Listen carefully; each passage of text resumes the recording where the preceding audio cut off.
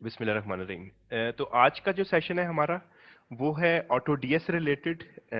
जिन लोगों ने last session attend नहीं किया, बेसिकली ये कंटिन्यूड है, ये उसी सेशन को हम मूव फॉरवर्ड कर रहे हैं। लास्ट सेशन में हमने डिस्कस किया था कि हम ईबे पे लिस्टिंग्स कैसे करते हैं। ईबे जो हमारा मार्केट प्लेस है, इस पे हम ई कॉमर्स मार्केट प्लेस है, इसके ऊपर हम जो है वो अपनी प्रोडक्ट सेल करने के लिए लगाते हैं। तो ये लिस्टिंग जो है वो मैन्युअली कैसे की जाती है। और उसके अलावा हमने इसमें डिस्कस किया था कि प्रॉक्सी सेलिंग का कॉन्सेप्ट क्या है और किस तरह से विदाउट बिग इन्वेस्टमेंट हम जो है ये बिजनेस अपना रन कर सकते हैं पाकिस्तान से बैठे हुए।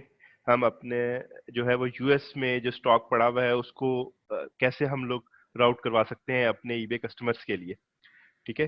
तो प्रॉक्सी सेलिंग का जो लोग नए जिन्होंने ज्वाइन इन किया उनके लिए थोड़ा सा रिकैप कर देता हूँ। प्रॉक्सी सेलिंग एक कॉन्सेप्ट ये है कि हमारे जो अमेजन पे सेलर्स हैं, एफबीए सेलर्स, जिनका स्टॉक अमेजन पे लिस्ट हुआ हुआ है और वो अमेरिका के अमेजन के वेयर हाउस में पड़ा होता है, ये लोग हमारे इस ग्रुप में आके अपनी लिस्टिंग्स को ऑफर करते हैं कि आप ईबे के ऊपर हमारी इस प्रोडक्ट को लिस्ट कर लें और आप इसको से कि उन्होंने $15 पे वो अपनी अमेजन पे सेल कर रहे हैं, तो वो मे बी आपको 12 या $10 पे ऑफर करते हैं कि ये $10 पे आप हमसे ले लें और आप अपने ईबे पे जाके इसको सेल कर लें। तो उससे क्या होता है कि हमें एक प्रोडक्ट मिल जाती है, ईबे सेलर्स को एक प्रोडक्ट मिल जाती है जो कि अमेरिकन वेयर हाउस में पड़ी हुई है। हम उसको लिस्ट करते हैं और जब हमें से सेल्स आती है तो हम अपने अमेजन प्राइम बायर अकाउंट से जाके उस प्रोडक्ट को परचेज करते हैं एफबीए सेलर से, और अब उसमें एड्रेस मेंशन कर देते हैं अपने ईबे सेलर का, जो बायर का, सॉरी। तो हमारी प्रोडक्ट जो है वो अमेजन जो है वो हमारे बायर को शिप कर देता है। सनी अली साहब की इसके ऊपर वीडियोस हैं प्रॉक्सी सेलिंग के कॉन्सेप्ट को, जो जिन स्टूडेंट्स जो नए बूट कैंप में जिन्होंने ज्वाइन किया है, रिसेंटली ज्वाइन किया है, जो इस कॉन्सेप्ट से अवेयर नहीं है, वो अमेजन एफबीए पाकिस्तान के ऊपर जो है वो प्रॉक्सी सेलिंग की वीडियोस अवेलेबल हैं, उनको देख लें। प्लस जो लास्ट सेशन हुआ है उसमें ये बड़ी डिटेल डिस्कशन हुई है, उसको देख लें तो आपको थोड़ा सा आइडिया क्लियर हो जाएगा। ठीक है। आज जो है हम लोग ऑटोमेट करना सीखेंगे कि हम अपने ईबे के प्रोसेस को किस तरह से ऑटोमेट कर सकते हैं, किस तरह से हम लोग जो है वो टाइम सेव कर सकते हैं और तेजी से लिस्टिंग कर सकते हैं, और किस तरह से हम जो है वो अपनी अर्निंग्स वही सेम विदाउट मच इन्वेस्टमेंट हम अपनी जो है वो अर्निंग्स को इंक्रीज कर सकते हैं। ईबे का जो बिजनेस मॉडल है ये किचन एक्सपेंसेस को रन करने के लिए बड़ा अच्छा है। स्टार्टअप में आप अगर न्यू है ई कॉमर्स मार्केट में, तो एक आपको एक एक्सपीरियंस देने के लिए अच्छा है, क्योंकि आप बड़ी कम इन्वेस्टमेंट में आप इसको बिजनेस को कर सकते हैं। जब आप अमेजन के बिजनेस पे जाते हैं तो वो एक लॉन्ग टर्म, एक बड़े बेनिफिट वाला एक एसेट नेचर का एक बिजनेस है जिसमें आपका कोई एसेट बनता है। ईबे का ये है कि आप बस जब तक इसमें एक्टिव रहेंगे, जब तक आप अपना दिन का एक मेजर पोर्शन इसके अंदर स्पेंड करते रहेंगे, तो आप इससे जो है वो अच्छी अर्निंग ले सकते हैं। अच्छा, अब स्टार्ट में करना चाहूंगा कि हमने बेसिकली आज तो सेशन में हमने समझना ये है कि ऑटो डीएस का सेटअप कैसे होता है, किस तरह से उसमें हम लोग जो है वो सेटिंग्स करेंगे और हम अपने प्रोसेस को ऑटोमेट किस तरह कर सकते हैं। लेकिन थोड़ा सा जो हमारा ग्रुप का पर्पस था, इसी प्रॉक्सी सेलर का ग्रुप का जो पर्पस था उसको मैं थोड़ा सा दोबारा रीडिफाइन करना चाहता हूँ कि हमने ये ग्रुप बनाया था और इसका क्राइटेरिया ये था कि जो शख्स विद इन 24 आवर्स में लिस्टिंग कर सकता है ईबे के ऊपर, अमेजन एफबीए सेलर से लेके अपने ईबे पे लिस्ट कर सकता है, हम सिर्फ उसको एंटर करते थे। और पहला क्वालिफाइंग क्राइटेरिया ये था कि हम उनको एक सैंपल लिस्टिंग देते थे। जब वो उसको लिस्ट कर लेते थे विद इन 24 आवर्स, तो हम उनको जो है वो एंटर कर लेते थे। लेटर ऑन सनी अली साहब ने इसको थोड़ा सा रिलैक्स किया पॉलिसी को कि ऐसे बूट कैंप स्टूडेंट जो अभी अरेंज कर रहे हैं ईबे अकाउंट, उन्होंने अमेजन ले लिया है या बूट कैंप में आ गए हैं और उन्होंने लर्निंग प्रोसेस स्टार्ट कर दिया हुआ है और वो चंद एक दिन में अपना ईबे अकाउंट भी अरेंज कर लेंगे, तो उनको भी फिर हमने जो है वो ऐड करना शुरू कर दिया। मतलब हमने अपना क्राइटेरिया रिलैक्स ही कर लिया कि जिसके पास भी एक ईबे अकाउंट है या पेपैल अकाउंट है और वो ईबे अकाउंट बना सकता है, तो हम उसको हमने एंटर कर लिया। ठीक है। लेकिन इससे क्या हुआ कि हमारे पास मेंबर तो माशाल्लाह काफी सारे आ गए हैं इस ग्रुप में, लेकिन जो इस ग्रुप से एक्सपेक्टेशंस थी कि ये विद इन अ डे जब कोई अपनी लिस्ट ऑफर करता है तो 100+ सेलर्स जो है उसको फॉरन लिस्ट कर देंगे। वो चीज अभी तक अटेन नहीं हो रही। 7 8 10 12 लोग जो है वो मैक्सिमम आते हैं और वो लिस्ट के अंदर लिस्टिंग कर रहे होते हैं, और बाकी सारे मेंबर्स जो है वो पता नहीं क्या कर रहे हैं, वो ग्रुप में आ गए हैं, अब सीरियस नहीं है, या बिजनेस को उन्होंने ड्रॉप कर दिया है। या एक पोटेंशियल मुझे रीजन ये नजर आता है कि कुछ लोग बहुत एंथुजियास्ट थे, वो आए इस बिजनेस में, लेकिन उन्होंने देखा कि यार रिटर्न नहीं आ रहा, कोई सेल्स नहीं हो रही, लिस्टिंग लगाई हुई है, 2 महीने हो गए हैं, 10 15 लिस्टिंग लगाई हुई है और सेल ही कोई नहीं आई, या 4 5 लिस्टिंग लगाई और फिर सेल ही कोई नहीं है, तो फिर वो कहते हैं यार ये तो फायदा ही नहीं है, हम इस पे क्या टाइम जाया कर रहे हैं अपने। तो ऐसे लोगों के लिए जिनको ये प्रॉब्लम है कि वो समझते हैं कि ये बिजनेस जो है वो उनको रिटर्न नहीं दे रहा, उनके लिए मेरा मैसेज ये है कि 2 चीजों को आपको समझने की जरूरत है। जब मैंने 4 साल पहले ईबे का बिजनेस स्टार्ट किया, तो मैंने एक्चुअली इन्वेस्टमेंट की और मैंने को 5 6 लाख रुपए का स्टॉक, पाकिस्तान के डिफरेंट प्रोडक्ट जो मुझे लगता था कि मैं ईबे पे सेल कर सकता हूँ, मैंने वो जाके डिफरेंट मार्केट से वो प्रोडक्ट्स उठाए, उनको अपने पास लाके स्टोर किया, उनकी पैकिंग अरेंजमेंट्स की अपने पास, उनको उनकी पिक्चर्स ली। ठीक है, एक बड़ा पेन वाला प्रोसेस था कि उनको सारे को जो मतलब ड्रेसेस थे उनको डमी को पहनाना, जो क्या कहते हैं उसको प्रोडक्ट बॉक्स में रख के उनकी वाइट बैकग्राउंड के साथ तस्वीरें खींचना। ठीक है, फिर उसके बाद उनकी मैनुअली हर चीज की लिस्टिंग बनाना, टाइटल बनाना, डिस्क्रिप्शन लिखना, उनकी मेजरमेंट्स लेना। मतलब एक बड़ा पेनफुल टास्क था। एक दिन में हद 3 4 प्रोडक्ट्स को शायद मैं पूरे दिन में कर पाता था, और वो मैं जाके लिस्ट करता था। प्लस मैंने इन्वेस्टमेंट की भी थी। फिर जब वो सेल होती थी तो वो मेरी प्रोडक्ट पे पाकिस्तान से शिप करता था।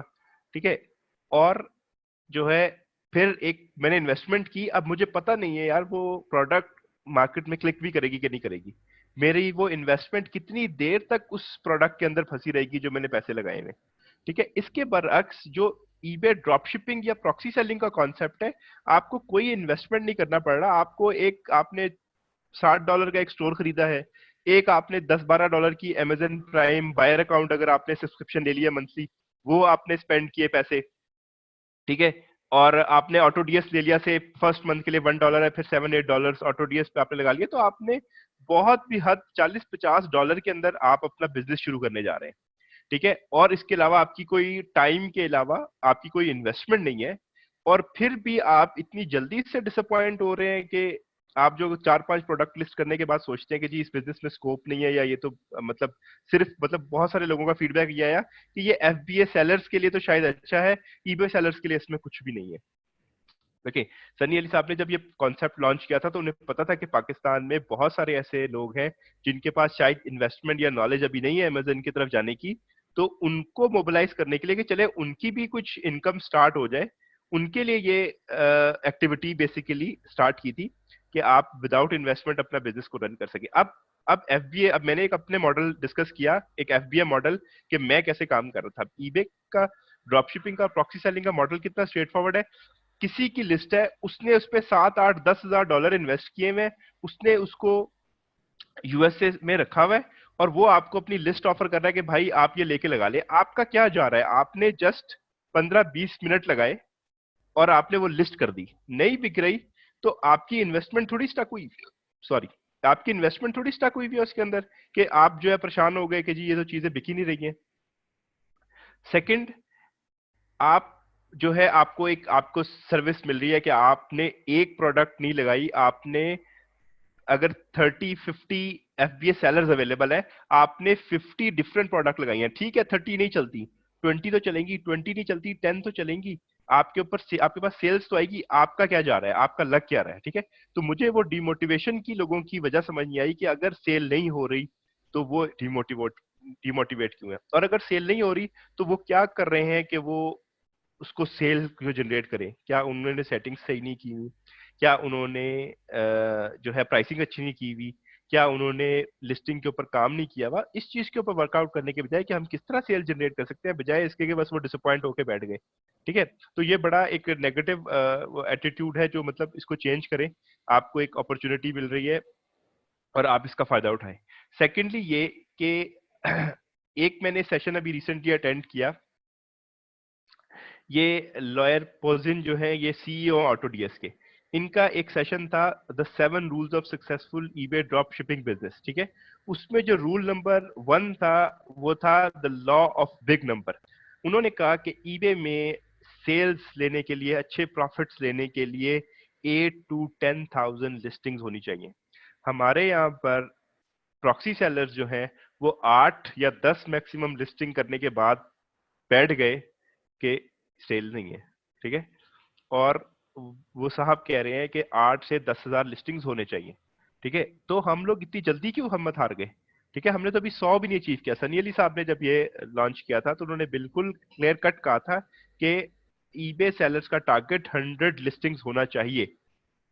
100 लिस्टिंग्स होंगी तो सेल्स आस्ता आना शुरू होंगी, क्योंकि अमेजन जो है वो एक एक्सपेंसिव मार्केट है, ईबे एक चीप मार्केट है। आप अमेजन की एक्सपेंसिव प्रोडक्ट को उसके ऊपर मजीद अपनी क्या कहते हैं एक्सपेंसेस ऐड और अपने प्रॉफिट मार्जिन ऐड करने के बाद आप लिस्ट कर रहे हो, तो आपको इतनी जल्दी उसके ऊपर रिस्पॉन्स नहीं आने वाला। आपको उसको प्रमोटेड लिस्टिंग में लगाना होगा, आपको उसके ऊपर काम करना होगा, आपको ज्यादा लिस्टिंग करनी होगी, तब जाके आपको सेल्स आना शुरू होंगी, ठीक है। तो हमने तो बस सिर्फ 8-10 लिस्टिंग लगाई और हम बैठ गए, ठीक है। तो इस चीज को हमें चेंज करना है, हमें इनको लिस्टिंग के नंबर ऑफ लिस्टिंग को इम्प्रूव करना है। तो आज का जो सेशन है उसमें मैं ये भी बात स्ट्रेस कर रहा हूँ कि आप लोग सिर्फ प्रॉक्सी सेलिंग के ऊपर जो है वो ना रहे, लिमिट ना करें अपने आप को कि यार मैंने, एक बंदे ने पोस्ट डाली आज, उससे मुझे मैसेज किया कि जी मुझे कोई लिस्ट ही नहीं दे रहा। एफबीए सेलर जो है, मैंने पोस्ट डाली और एफबीए सेलर जो है उसने मुझे रिस्पॉन्स नहीं किया। एफबीए सेलर अपनी अमेजन की लिस्टिंग को हैंडल कर रहा है, वो अपने हाउस होल्ड मैटर्स को हैंडल कर रहा है। उसके पास शायद इतना टाइम नहीं है कि वो आपके पीछे भागेगा कि यार आओ आप मेरी लिस्ट कर दे, आप मेरी लिस्ट कर दे, आप मेरी लिस्ट कर दे, ठीक है। जब हम उसको कोई रिस्पॉन्स ही नहीं दे रहे, हाँ एक दिन हम इस ग्रुप को इतना स्ट्रांग कर लेते हैं कि किसी की भी लिस्ट फेल हो चुकी है, अब उसको अपना स्टॉक रिलीज करना है, वो चाहता है जल्दी जल्दी ईबे में मेरे अमेजन के वेयर हाउस में से मुझे स्टोरेज कॉस्ट पड़ना बंद हो और मेरी ये जो ब्रेक इवन के ऊपर मेरी प्रोडक्ट चली जाए। वो आपके पीछे भागेगा क्योंकि उसको पता होगा कि यार ये ईबे के सेलर्स जो है ये मेरे लिए ये काम कर सकते हैं। या जब हम डेली बेसिस के ऊपर लोगों को रिव्यू ला के देना शुरू कर देंगे अमेजन के सेलर्स को, तो उनको पता होगा कि यार द चीपेस्ट और इजीएस्ट वे और फास्टेस्ट वे जो है वो इसी प्रॉक्सी सेलर ग्रुप है, जिसके थ्रू मुझे फीडबैक्स आ सकते हैं, रिव्यूज मिल सकते हैं। तो वो फिर आपके पास आएगा, वो आपको मैसेज करेगा कि जी मेरी भी लिस्ट लगा दे। लेकिन आज हम उनको कोई रिस्पॉन्स नहीं दे रहे, तो वो हमें लिस्ट हमें रिस्पॉन्स देंगे, ठीक है। एक ये चीज है। और फायदा किसका है, देखिए वो अपनी इन्वेस्टमेंट करके उन्होंने अपने बिजनेस स्टैब्लिश कर रहे हैं या कर रहे हैं या कर लिए हैं, उनको उससे रिटर्न आ जाएगा। उनको प्रॉक्सी सेलर की अगर वो स्टैब्लिश हो गए तो इतनी जरूरत नहीं रहेगी, ठीक है। हमें उनकी जरूरत ज्यादा है क्योंकि उनकी इन्वेंट्री पड़ी हुई है। हम ईबे के बिजनेस को एक साइड बिजनेस के तौर पे किचन मनी के लिए हम इसको चलाना चाह रहे हैं। हम इसके ऊपर बड़ी 8-10 हजार डॉलर की, 1,000, 2,000, 3,000 डॉलर की इन्वेस्टमेंट नहीं करना चाहते। हम कह रहे हैं जो ऑलरेडी लिस्टिंग्स अवेलेबल है उन्हीं से बेच के 300-400-500 डॉलर कमाते हैं महीने का, ठीक है। अब 9 to 5 कोई जॉब करता है, 50,000 जिसकी सैलरी है वो 9 to 5 जॉब करता है, वो इतनी मेहनत करता है सारा दिन में और फिर उसको मंथ एंड पे 50,000 मिलते हैं। आप दिन में 1 घंटा भी लगा दें ईबे के ऊपर तो आप 2-3-4-5 लिस्टिंग्स कर सकते हैं। अभी मैं आपको ऑटोडीएस से लिस्टिंग सिखाऊंगा कितना प्रोसेस फास्ट हो जाता है। तो हम इस 30-40 हजार रुपए को लगाने पे इस पे क्यों नहीं मेहनत कर रहे, ठीक है। तो ये एक पॉइंट था कि हमें कोशिश ये करनी है कि हम इसके ऊपर लिस्टिंग को अपनी इंक्रीज करें। अच्छा, अब लिस्टिंग्स कैसे आएंगी? अब प्रॉक्सी सेलर से कि एफबीए सेलर ने आपको लिस्टिंग नहीं दी, ठीक है। सबसे पहले तो है कि मैं आपका पॉइंट ऑफ कांटेक्ट हूं। कोई एफबीए सेलर है जो अपनी लिस्ट ऑफर करना चाह रहा है ईबे सेलर्स को, तो वो मुझसे राब्ता करे। मैं जो टॉप ईबे सेलर्स हैं उनको वो लिस्टिंग खुद दूंगा, उन्हें बताऊंगा कि जी ये लिस्टिंग को लिस्ट कर दें। और जो बाकी ईबे सेलर्स हैं, मैंने टॉप सेलर्स की बात की, वो मुझे प्रूफ करें कि वो भी टॉप सेलर्स हैं, वो भी डेली बेसिस के ऊपर विद इन 24 आवर्स लिस्ट को लिस्ट करें, उसकी उनकी जो प्रोडक्ट है उसको लिस्ट करें, ताकि मैं उनको कैटेगरी में डालूं, ताकि आप लोगों को ज्यादा से ज्यादा लिस्ट मिलना शुरू हो। अच्छा, और एक चीज जो बहुत जरूरी है एक नए ड्रॉपशिपर के लिए, एक नए ईबे सेलर के लिए, ईबे जो है वो बहुत जल्दी आपका अकाउंट सस्पेंड कर देता है। आपने यहां पर अकाउंट बनाया, पहली लिस्ट नहीं की आपने और आपका अकाउंट सस्पेंड हो गया, ठीक है। ईबे की एक जनरल प्रैक्टिस है, वो अपने जो सेलर्स हैं उनसे नो हाउ बिल्ड करने के लिए, उन्हें वो चेक करने के लिए कि कोई कोई प्रॉपर सेलर आया है या कोई बंदा जो है उसने अपना डुप्लीकेट अकाउंट बनाया है, पहला सस्पेंड हो गया था और वो ईबे प्लेटफॉर्म को गलत यूज करेगा या स्कैम करेगा सेलर्स को, या शायद वो अनइन्फॉर्म्ड सेलर है और वो इसको समझता नहीं प्लेटफॉर्म और वो इस प्लेटफॉर्म को अब्यूज करेगा। तो इसलिए वो क्या करते हैं कि वो आपको सस्पेंड करके आपका एक इंटरव्यू करते हैं। जब आप प्रॉक्सी सेलिंग कर रहे हैं और आप अपनी ड्रॉप शिपिंग के बिजनेस का स्टार्ट प्रॉक्सी सेलिंग से लेते हैं, तो आपके जब अकाउंट सस्पेंड हो जाएगा और वो आप उनको कॉल करेंगे तो वो आपसे पूछेंगे जी आप इन्वेंट्री सोर्स कहाँ से कर रहे हैं। आप कहेंगे मैं तो अमेजन से ले रहा हूँ या अलीबाबा से ले रहा हूँ या वॉलमार्ट से ले रहा हूँ या सैम्स क्लब से ले रहा हूँ, मैं ड्रॉप शिपिंग कर रहा हूँ। तो वो उसी वक्त आपके अकाउंट को जो है वो सस्पेंड कर देंगे परमानेंटली कि ये जो सेलर है ये सस्पेंडेड फॉर लाइफ टाइम। ठीक है। लेकिन अगर आप उनको कहेंगे जी मेरा वेयर हाउस जो है वो मैं पाकिस्तान से हूँ, मैंने पाकिस्तान से अकाउंट बनाया है, लेकिन मैंने एक प्राइवेट फुलफिलमेंट सेंटर जो है डैलस टेक्सास में एक मैंने हायर किया है, ये उसका जिप कोड है उस सेंटर का, और मैं अपनी लिस्ट जो प्रोडक्ट है वो सोर्स करता हूँ चाइना से और डैलस टेक्सास के वेयर हाउस में रखता हूँ और वहां से मैं फिर अपने फुलफिलमेंट कर रहा हूँ।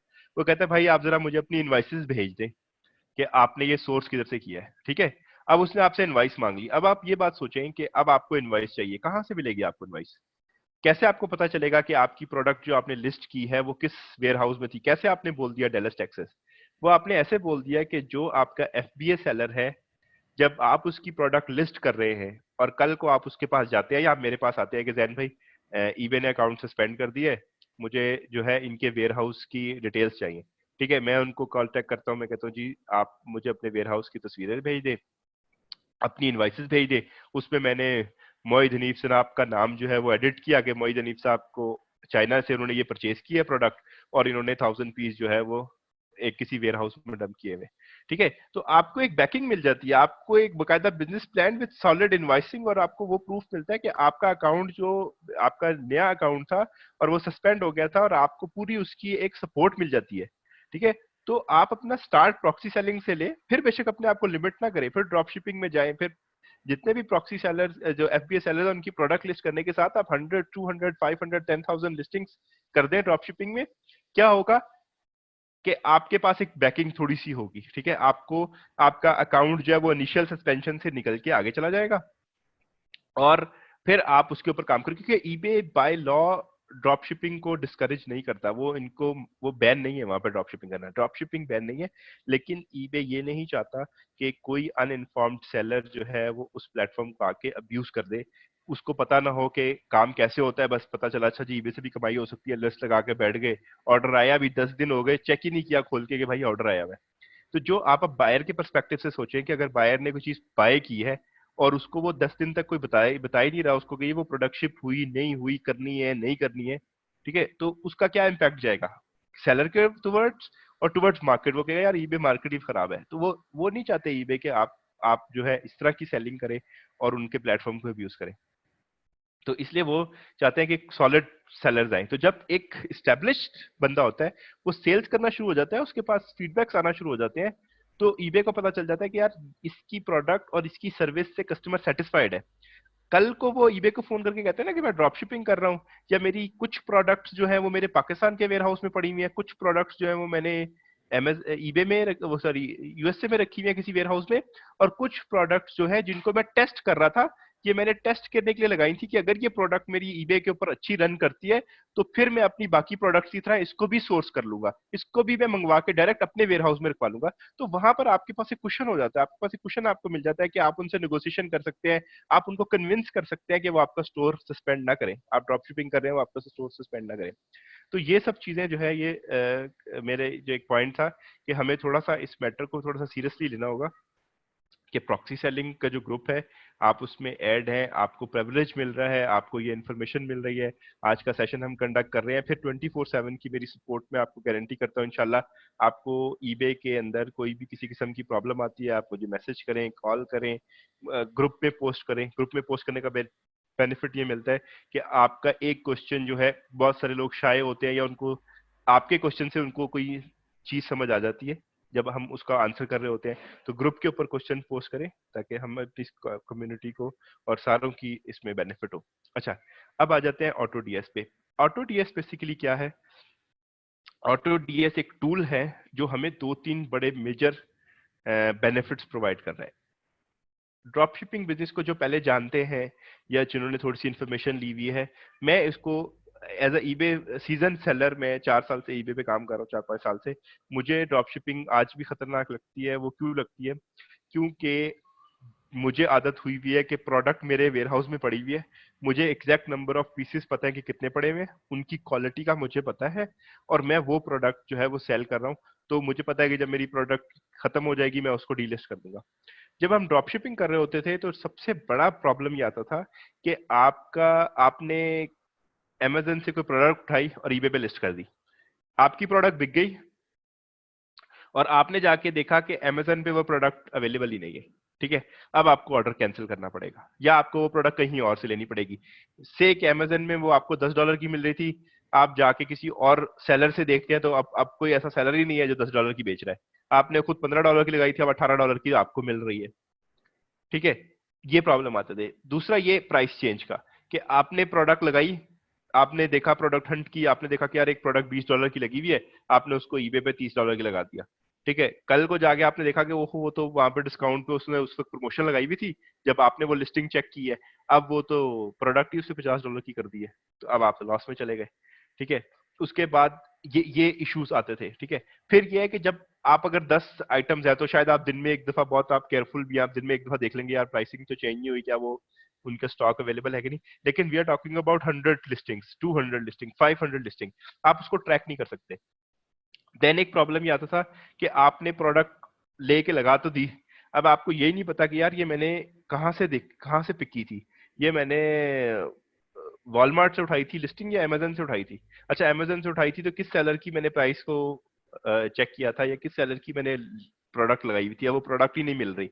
आपने 100 लिस्टिंग की हुई, अब आप प्रोडक्ट ढूंढ रहे हैं कि यार परचेज कहाँ से करूं। तो ऑटो डीएस जो है वो आपको यहाँ पर आके हेल्प करता है कि वो एक मॉनिटरिंग टूल है। ऑटो डीएस आपके स्टॉक्स को मॉनिटर रखता रहता है।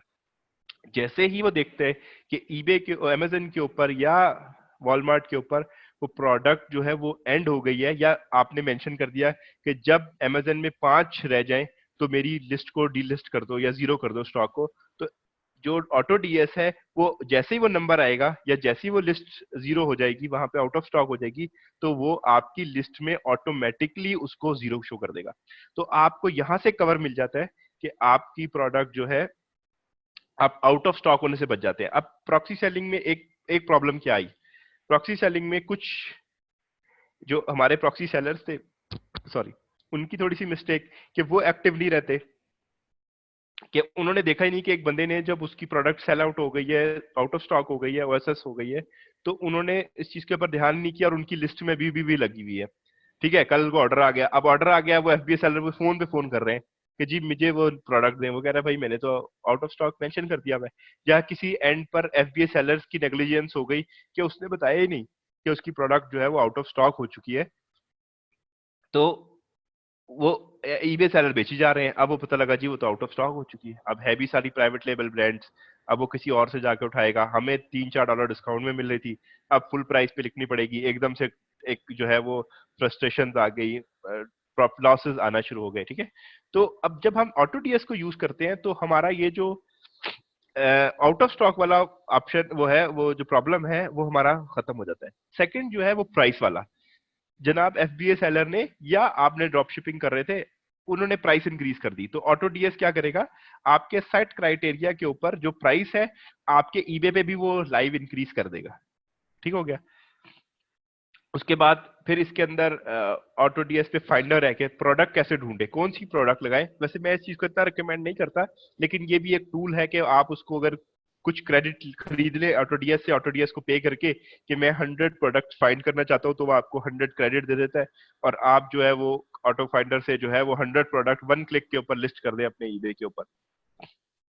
उसके अलावा ये क्या है, एक लिस्टिंग टूल भी है। अभी मैं आपको जस्ट डेमोन्स्ट्रेट करूंगा कि कितना इजीली हम ऑटो डीएस से अपनी लिस्टिंग जो है वो, लास्ट मैंने आपको सिखाई थी मैनुअल लिस्टिंग, अब मैं आपको बताऊंगा कि ऑटोमेटिकली लिस्टिंग किस तरह से हम लोग इसके ऊपर लेकर आ सकते हैं। ठीक है, उसके अलावा ये एक ऑर्डरिंग टूल भी है। आप क्या कर सकते हैं कि अगर आपका ड्रॉप शिपिंग का बिजनेस अच्छा चल गया है तो आप इनका एक ऑटो ऑर्डरिंग टूल भी परचेज कर सकते हैं। और उसमें क्या होता है कि जब आपके पास ऑर्डर आएगा तो ऑटो डीएस खुद से उस ऑर्डर को परचेज कर लेगा जाके जहां से आपने वो प्रोडक्ट सोर्स की थी, और उसके अलावा फिर वो आपकी जो है वो कस्टमर की इंफॉर्मेशन भी दे देगा अमेजन को, और वहां से ट्रैक नंबर लेके आपके ईबे पे, मतलब वो फुल्ली ऑटोमेट पे चला जाएगा। आपने बस प्रोडक्ट हंट करनी है और इसको देनी है कि भाई ये प्रोडक्ट लगा दो, और वो फिर सारा काम खुद से करना शुरू कर देगा।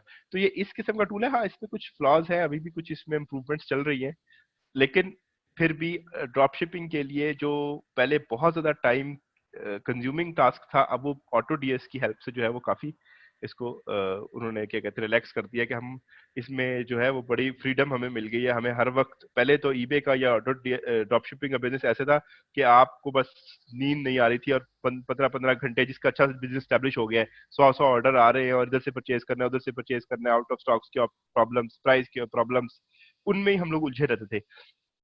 लेकिन जब से ये ऑटो डीएस टूल है, बाकी और भी टूल्स है, लेकिन इसको हम यूज कर रहे हैं और ये काफी अच्छे इसकी परफॉर्मेंस है, तो ये इससे बड़ी एक हमें हेल्प हो गई। अच्छा, अब आ जाते हैं कि ऑटो डीएस सेटअप कैसे करना है। सिंपली आप ऑटो डीएस जब ओपन, जिनके पास सब्सक्रिप्शन नहीं है वो ऑटो डीएस के ऊपर जाएंगे, autods.com पे जाएंगे, ठीक है, और वहां पे जाके अपना अकाउंट बना लेंगे। उस पीसी को यूज कीजिएगा जिससे आप पेपैल एक्सेस कर सकते हैं। लाइक कुछ लोग वीपीएस यूज कर रहे हैं, कुछ लोग जो है वो मामू का टीम व्यूअर यूज कर रहे हैं, क्योंकि आप लोगों को पता है कि पेपैल पाकिस्तान में अलाउ नहीं है। तो जिनके पास भी ईबे स्टोर्स हैं वो ये जानते हैं कि उन्होंने पेपैल किसी न किसी मामू से लिया हुआ है। फॉर एग्जांपल, किसी साहब ने ऑस्ट्रेलिया से पेपैल लिया हुआ है और पाकिस्तान के एड्रेस के ऊपर अपना ईबे अकाउंट बनाया हुआ है, तो वो अपने ऑस्ट्रेलियन कजन से जाके, अपने मामू से जाके, ऑस्ट्रेलियन मामू से जाके उनके पीसी के ऊपर लॉग इन करेगा ईबे अकाउंट को, और वहां पे लॉगिन करेगा ऑटोडीएस को। ऑटोडीएस पे वो अपना अकाउंट बनाएगा, बेसिक इन्फॉर्मेशन एंटर करेगा, और ऑटोडीएस फिर उसको कहेगा कि जी आपको $1 फी पे करनी है। फर्स्ट मंथ ऑटोडीएस का $1 है, ठीक है। आप उसको कहेंगे जी मुझे ऑटोडीएस का $1 का पैकेज चाहिए, आप वो ऑटोडीएस जो है वो आपसे पेपैल को कनेक्ट करने को बोलेगा। वहां पे आप अपना पेपैल का ईमेल एड्रेस और पासवर्ड डालेंगे, वो आपको पेपैल के पेज पे लेके जाएगा, फिर दोबारा ऑटोडीएस के पेज पर लेकर आएगा, और आपका एक अकाउंट जो है वो सक्सेसफुली जनरेट हो जाएगा। फिर ऑटोडीएस आपको बोलेगा कि अब आप इसमें ईबे अकाउंट ऐड कीजिए। फिर आप उसको अपना ईबे अकाउंट की इन्फॉर्मेशन देंगे तो वो आपके अकाउंट में लॉगिन करेगा, और वहां से अपना जो है लिंक सेटअप कर लेगा, क्योंकि ये हम एक टूल को एक्सेस दे रहे हैं कि वो हमारे बिहाफ पे हमारे ईबे अकाउंट को एक्सेस कर सकता है। ठीक है, सेफ है, आप इसको कर सकते हैं। मैं अपना अकाउंट ऑटो डीएस के थ्रू चला रहा हूँ, ये किसी और का अकाउंट मैंने उठाया है, ठीक है, ये ट्रेनिंग पर्पसेस के लिए, वरना जो मेरा मेरा अपना जो अकाउंट है उसके ऊपर मेरे जो प्रोडक्ट्स हैं सारे वो लिस्टेड है ऑटो डीएस के थ्रू। ठीक है जी। जब आपका अकाउंट सेटअप हो जाता है, किसी को प्रॉब्लम आए वो मुझसे पूछ सकता है, कि अगर उसका अकाउंट सेटअप में उसको प्रॉब्लम हो तो वो उसको मुझसे पूछ ले। अगर अगर ज्यादा लोगों को प्रॉब्लम आ रही होगी तो फिर मैं कोशिश करूंगा कि मैं एक वीडियो बना दूं या नेक्स्ट सेशन कर दूं, जिसके ऊपर मैं इसको कैसे सेटअप करना है, मतलब साइन अप कैसे करना है। बिल्कुल बड़ा सिंपल प्रोसेस है, लेकिन फिर भी अगर अगर प्रॉब्लम होगी तो मैं इसको टेक केयर कर लेंगे इसकी। अच्छा, जब आपने ऑटो डीएस को साइन अप कर लिया, तो एक आप इस पेज पे आ जाएंगे, एक्टिव लिस्टिंग आपकी 0 होगी। अगर आपके ईबे स्टोर के ऊपर ऑलरेडी लिस्टिंग्स अवेलेबल हैं तो वो आपको यहां से दिखाएगा कि आपकी इतनी सारी लिस्टिंग जो है वो आपने अदर देन ऑटो डीएस की हुई है, यानी कि मैनुअल की हुई है।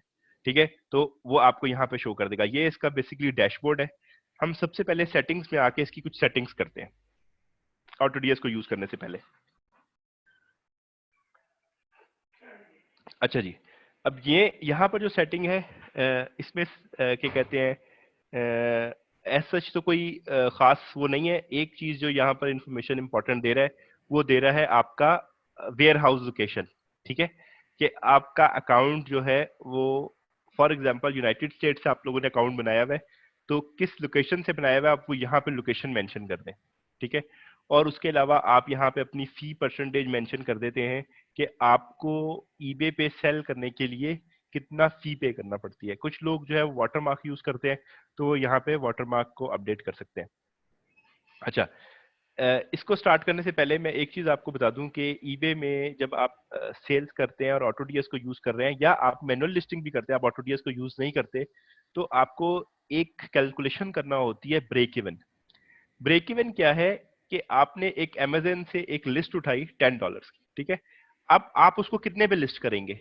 आपको कम से कम जब आप सेल करते हैं तो ईबे आपसे 10% जो है वो फाइनल वैल्यू फी के नाम से एक फी चार्ज करता है, कि आप ईबे का प्लेटफॉर्म यूज कर रहे हैं, आप ईबे को ये पे करते हैं उनका प्लेटफॉर्म यूज करने के लिए, कि जब भी आपकी सेल्स होंगी आपकी सेल का 10% ईबे ले जाएगा। उसके अलावा जब आपको वो पेमेंट उसकी रिसीव होगी तो वो पेमेंट के लिए आपने एक अलग से कंपनी से कॉन्ट्रैक्ट किया हुआ है जिसका नाम पेपैल है। वो पेपैल आपसे उस सेल के ऊपर 2.9%, ये यूएस के लिए बात कर रहा हूँ, 2.9% प्लस 30 सेंट्स जो है वो आपसे पेपैल ले जाएगा अगर यूएस अकाउंट है। अगर यूके अकाउंट है तो वो करेंसी कन्वर्जन भी चार्ज कर सकता है। यूएई बेस्ड अकाउंट है तो उसकी फी परसेंटेज ज्यादा है। ऑस्ट्रेलिया बेस्ड अकाउंट है तो वो आपको सबको चेक करना है कि मेरा पेपैल मुझे क्या चार्ज करता है। अगर आपको नहीं कंफर्म है तो आप अपने मामू को फोन करेंगे, उन्हें कहेंगे कि जी पेपाल से फोन करके पता कर लें कि मैं यूएस मार्केट में सेलिंग करने जा रहा हूँ, मेरी पेपाल की फी कितनी होगी, फाइनल वैल्यू फी।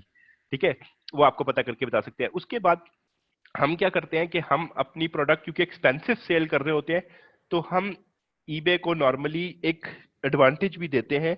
ईबे को हम एक कमीशन देते हैं, ईबे को हम एक मोटिवेशन कह सकते हैं कि देते हैं कि हमारी प्रोडक्ट सेल हो। हम ईबे को जो है वो कमीशन के तौर पे फर्दर कुछ परसेंटेज भी पे करते हैं। 10% उसने हर एक से चार्ज करना है। हम क्या करते हैं, हम 2%, 3%, 5%, 10% डिपेंडिंग अपॉन योर प्रोडक्ट, और आपकी वो लिस्ट खुद की है या आप किसी के लिए ड्रॉप शिपिंग कर रहे हैं, और आपकी वो कैलकुलेशन के ऊपर डिपेंड करता है कि आप प्रमोशन ईबे को कितना परसेंट देना चाहते हैं।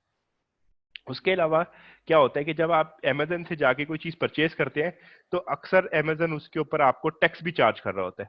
आप जब देखते हैं कि जी आपने एक प्रोडक्ट अमेजन पे देखी, ठीक है, और जब आप उसको परचेज करने के लिए गए, जब उसको ऐड टू कार्ट किया तो पता चला $5-6 का जो है उसके ऊपर टैक्स भी था। ठीक है, तो हम क्या करते हैं, हमने एक रफ फिगर एस्टिमेट की हुई है कि आप 6% जो है वो एक रफली एक टैक्स का ले लें, सेल टैक्स का, और हमने इन सारों को एडअप किया तो तकरीबन 19.90 या से 20% जो है वो आपका ब्रेक इवन बनता है कि आपने प्रोडक्ट में 20% तो रिकवर करना ही करना है, तब विदाउट प्रॉफिट होंगे। ब्रेक इवन का मतलब है नो प्रॉफिट नो लॉस। आपने $10 की प्रोडक्ट परचेज की, आपको उसके ऊपर 20% तो रखना ही रखना है।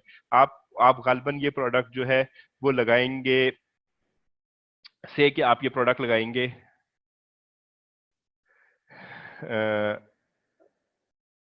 ये देखें, आपने कहा कि जी $10 की वो आपको मिल रही है प्रोडक्ट, तो आपको कम से कम इसको जो है वो 1249 की लगाएंगे तो आपको 45 सेंट्स का प्रॉफिट होगा। क्यों? क्योंकि 10% ईबे ले जाएगा। आपने जो प्रमोशन लगाई 1% वो भी ईबे ने आपसे ले ली, 2.9% प्लस 30 सेंट पेपैल ने चार्ज कर लिया। कॉस्ट आपकी खुद की 10 थी तो ये आपको 45 सेंट्स बच रहे हैं। अगर आप ब्रेक इवन कैलकुलेट करना चाहते हैं तो इसका आप 12 चेक कर लें। हाँ, 12 पे आपको ऑलमोस्ट नो प्रॉफिट है। ठीक है, कम से कम आपको 12 जो है वो प्राइस सेट करना है। ठीक है, 12 पे बेचेंगे आपको कोई प्रॉफिट नहीं है। फिर इसके ऊपर आपने अपनी एक प्रॉफिट परसेंटेज अप्लाई करनी होती है कि अच्छा यार मैंने कितना लेना चाहता हूँ, 10 लेना चाहता हूँ, 20 लेना चाहता हूँ। तो ये पेमेंट मेथड है। ईमेल एड्रेस आप अपना जिससे आपने ऑटो डीएस का अकाउंट बनाया है, ये वहां पे ईमेल एड्रेस आपको शो कर रहा है। आपका पेमेंट मेथड, आपने जब ऑटो डीएस का अकाउंट लिया, आपने किसी क्रेडिट कार्ड के थ्रू लिया है, यहाँ से आप अपना सब्सक्रिप्शन प्लान चेंज कर सकते हैं। मैंने इस अकाउंट के ऊपर जस्ट स्टार्टेड एक सब्सक्रिप्शन प्लान है जिसमें मुझे 100 लिस्टिंग का मॉनिटर मिलता है। मैं 100 लिस्टिंग तक ईबे की 100 लिस्टिंग्स को मॉनिटर कर सकता हूँ कि वो आउट ऑफ स्टॉक तो नहीं जा रही, उनकी प्राइस चेंज तो नहीं हो रही। अगर मुझे मेरी लिस्टिंग से ज्यादा है तो मुझे यहाँ से अपना प्लान चेंज करना होगा। इस जगह पर आके, ये सेटिंग्स के मैं टैब में हूँ, यहाँ पे आके मैं अपने ईबे अकाउंट ऐड कर सकता हूँ। से कि मेरे 3 ईबे अकाउंट चल रहे हैं, मेरे चल रहे हैं 3 अकाउंट, 3 मेरे ईबे अकाउंट चल रहे हैं, तो मैं एक ही ऑटोडीएस की विंडो से सेंटरली उन तीनों अकाउंट्स को मैनेज कर सकता हूं। ठीक है, अच्छा, उसके अलावा अगर मैंने कोई वीए हायर किया हुआ है, वर्चुअल असिस्टेंट हायर किया हुआ है, और मैं उसको लिमिटेड एक्सेस देना चाहता हूं कि वो मेरी लिस्टिंग्स किया करे, तो मैं यहां से उसका अकाउंट ऐड कर सकता हूं। ये है वेरो और कीवर्ड ब्लैकलिस्ट। अच्छा, ये ब्लैकलिस्ट क्या करती है कि जब आप इस लिस्ट के अंदर कुछ कीवर्ड्स ऐड कर देते हैं, तो जब आप उस प्रोडक्ट को लिस्ट कर रहे हैं और अगर आप वो कीवर्ड उसमें यूज करते हैं, या कुछ ऐसे कीवर्ड है लाइक एडिडास है। अब एडिडास जो है वो एक ब्रांड है और आप ब्रांड सेलिंग नहीं कर सकते ईबे पे। ठीक है, जब आप ईबे के ऊपर ब्रांड सेलिंग नहीं कर सकते, ब्रांड सेलिंग से मुराद ये है कि आप एडिडास की रेप्लिका या फेक शर्ट, या एडिडास से वो शर्ट आपने जो है वो खुद परचेज की थी और उसको आप एज न्यू करके ब्रांड सेल कर रहे हैं, तो ईबे इसको अलाउ नहीं करता। ठीक है, तो अगर आप उसमें एडिडास का वर्ड ऐड कर देंगे तो मिस्टेकनली, या जब आप ऑटोडीएस फाइंडर यूज कर रहे हैं और वो फिर उस प्रोडक्ट को उस कीवर्ड की प्रोडक्ट को लिस्ट नहीं करेगा, आपको हाईलाइट कर देगा कि इसमें ये ब्लैकलिस्ट कीवर्ड है। हम एक जगह पे इसको और यूज कर रहे होते हैं, हम साइज के अंदर ब्लैकलिस्ट डाल देते हैं, स्मॉल, मीडियम, लार्ज, ठीक है। हम इनको भी ब्लैकलिस्ट कर देते हैं, उसकी मैं आपको फिर कभी डिटेल में वजह बताऊंगा। लाइक अगर आप ऑटो ग्रैबिंग कर रहे हैं या आप ऑटो फाइंडर से कुछ चीज फाइंड कर रहे हैं, आपने एक लिस्ट उठाई, उस लिस्ट के 3 वेरिएंट थे, ठीक है, आपने उसको एज अ सिंगल लिस्ट लगा दिया और आपके माइंड में वेरिएंट है मीडियम, कि मैंने मीडियम सेल करना है। अगर आपने स्मॉल को और लार्ज को ब्लैक लिस्ट में डाला होगा तो वो उस लिस्टिंग में स्मॉल और लार्ज नहीं लिखेगा, ठीक है। इससे आप सेफ हो जाएंगे कि कल को आपको ऑर्डर आ जाता और बायर समझता जी ये तो लार्ज भी अवेलेबल है और ये अब इनके फरिश्तों को खबर हो चुकी है कि मुझे लार्ज ही चाहिए, तो ये मुझे लार्ज ही भेजेंगे, ठीक है, ऐसा हो जाता है।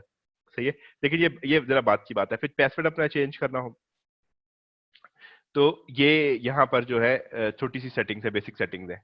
अच्छा, जो मेन सेटिंग्स है वो आपकी आके आती है मॉनिटर्स के ऊपर।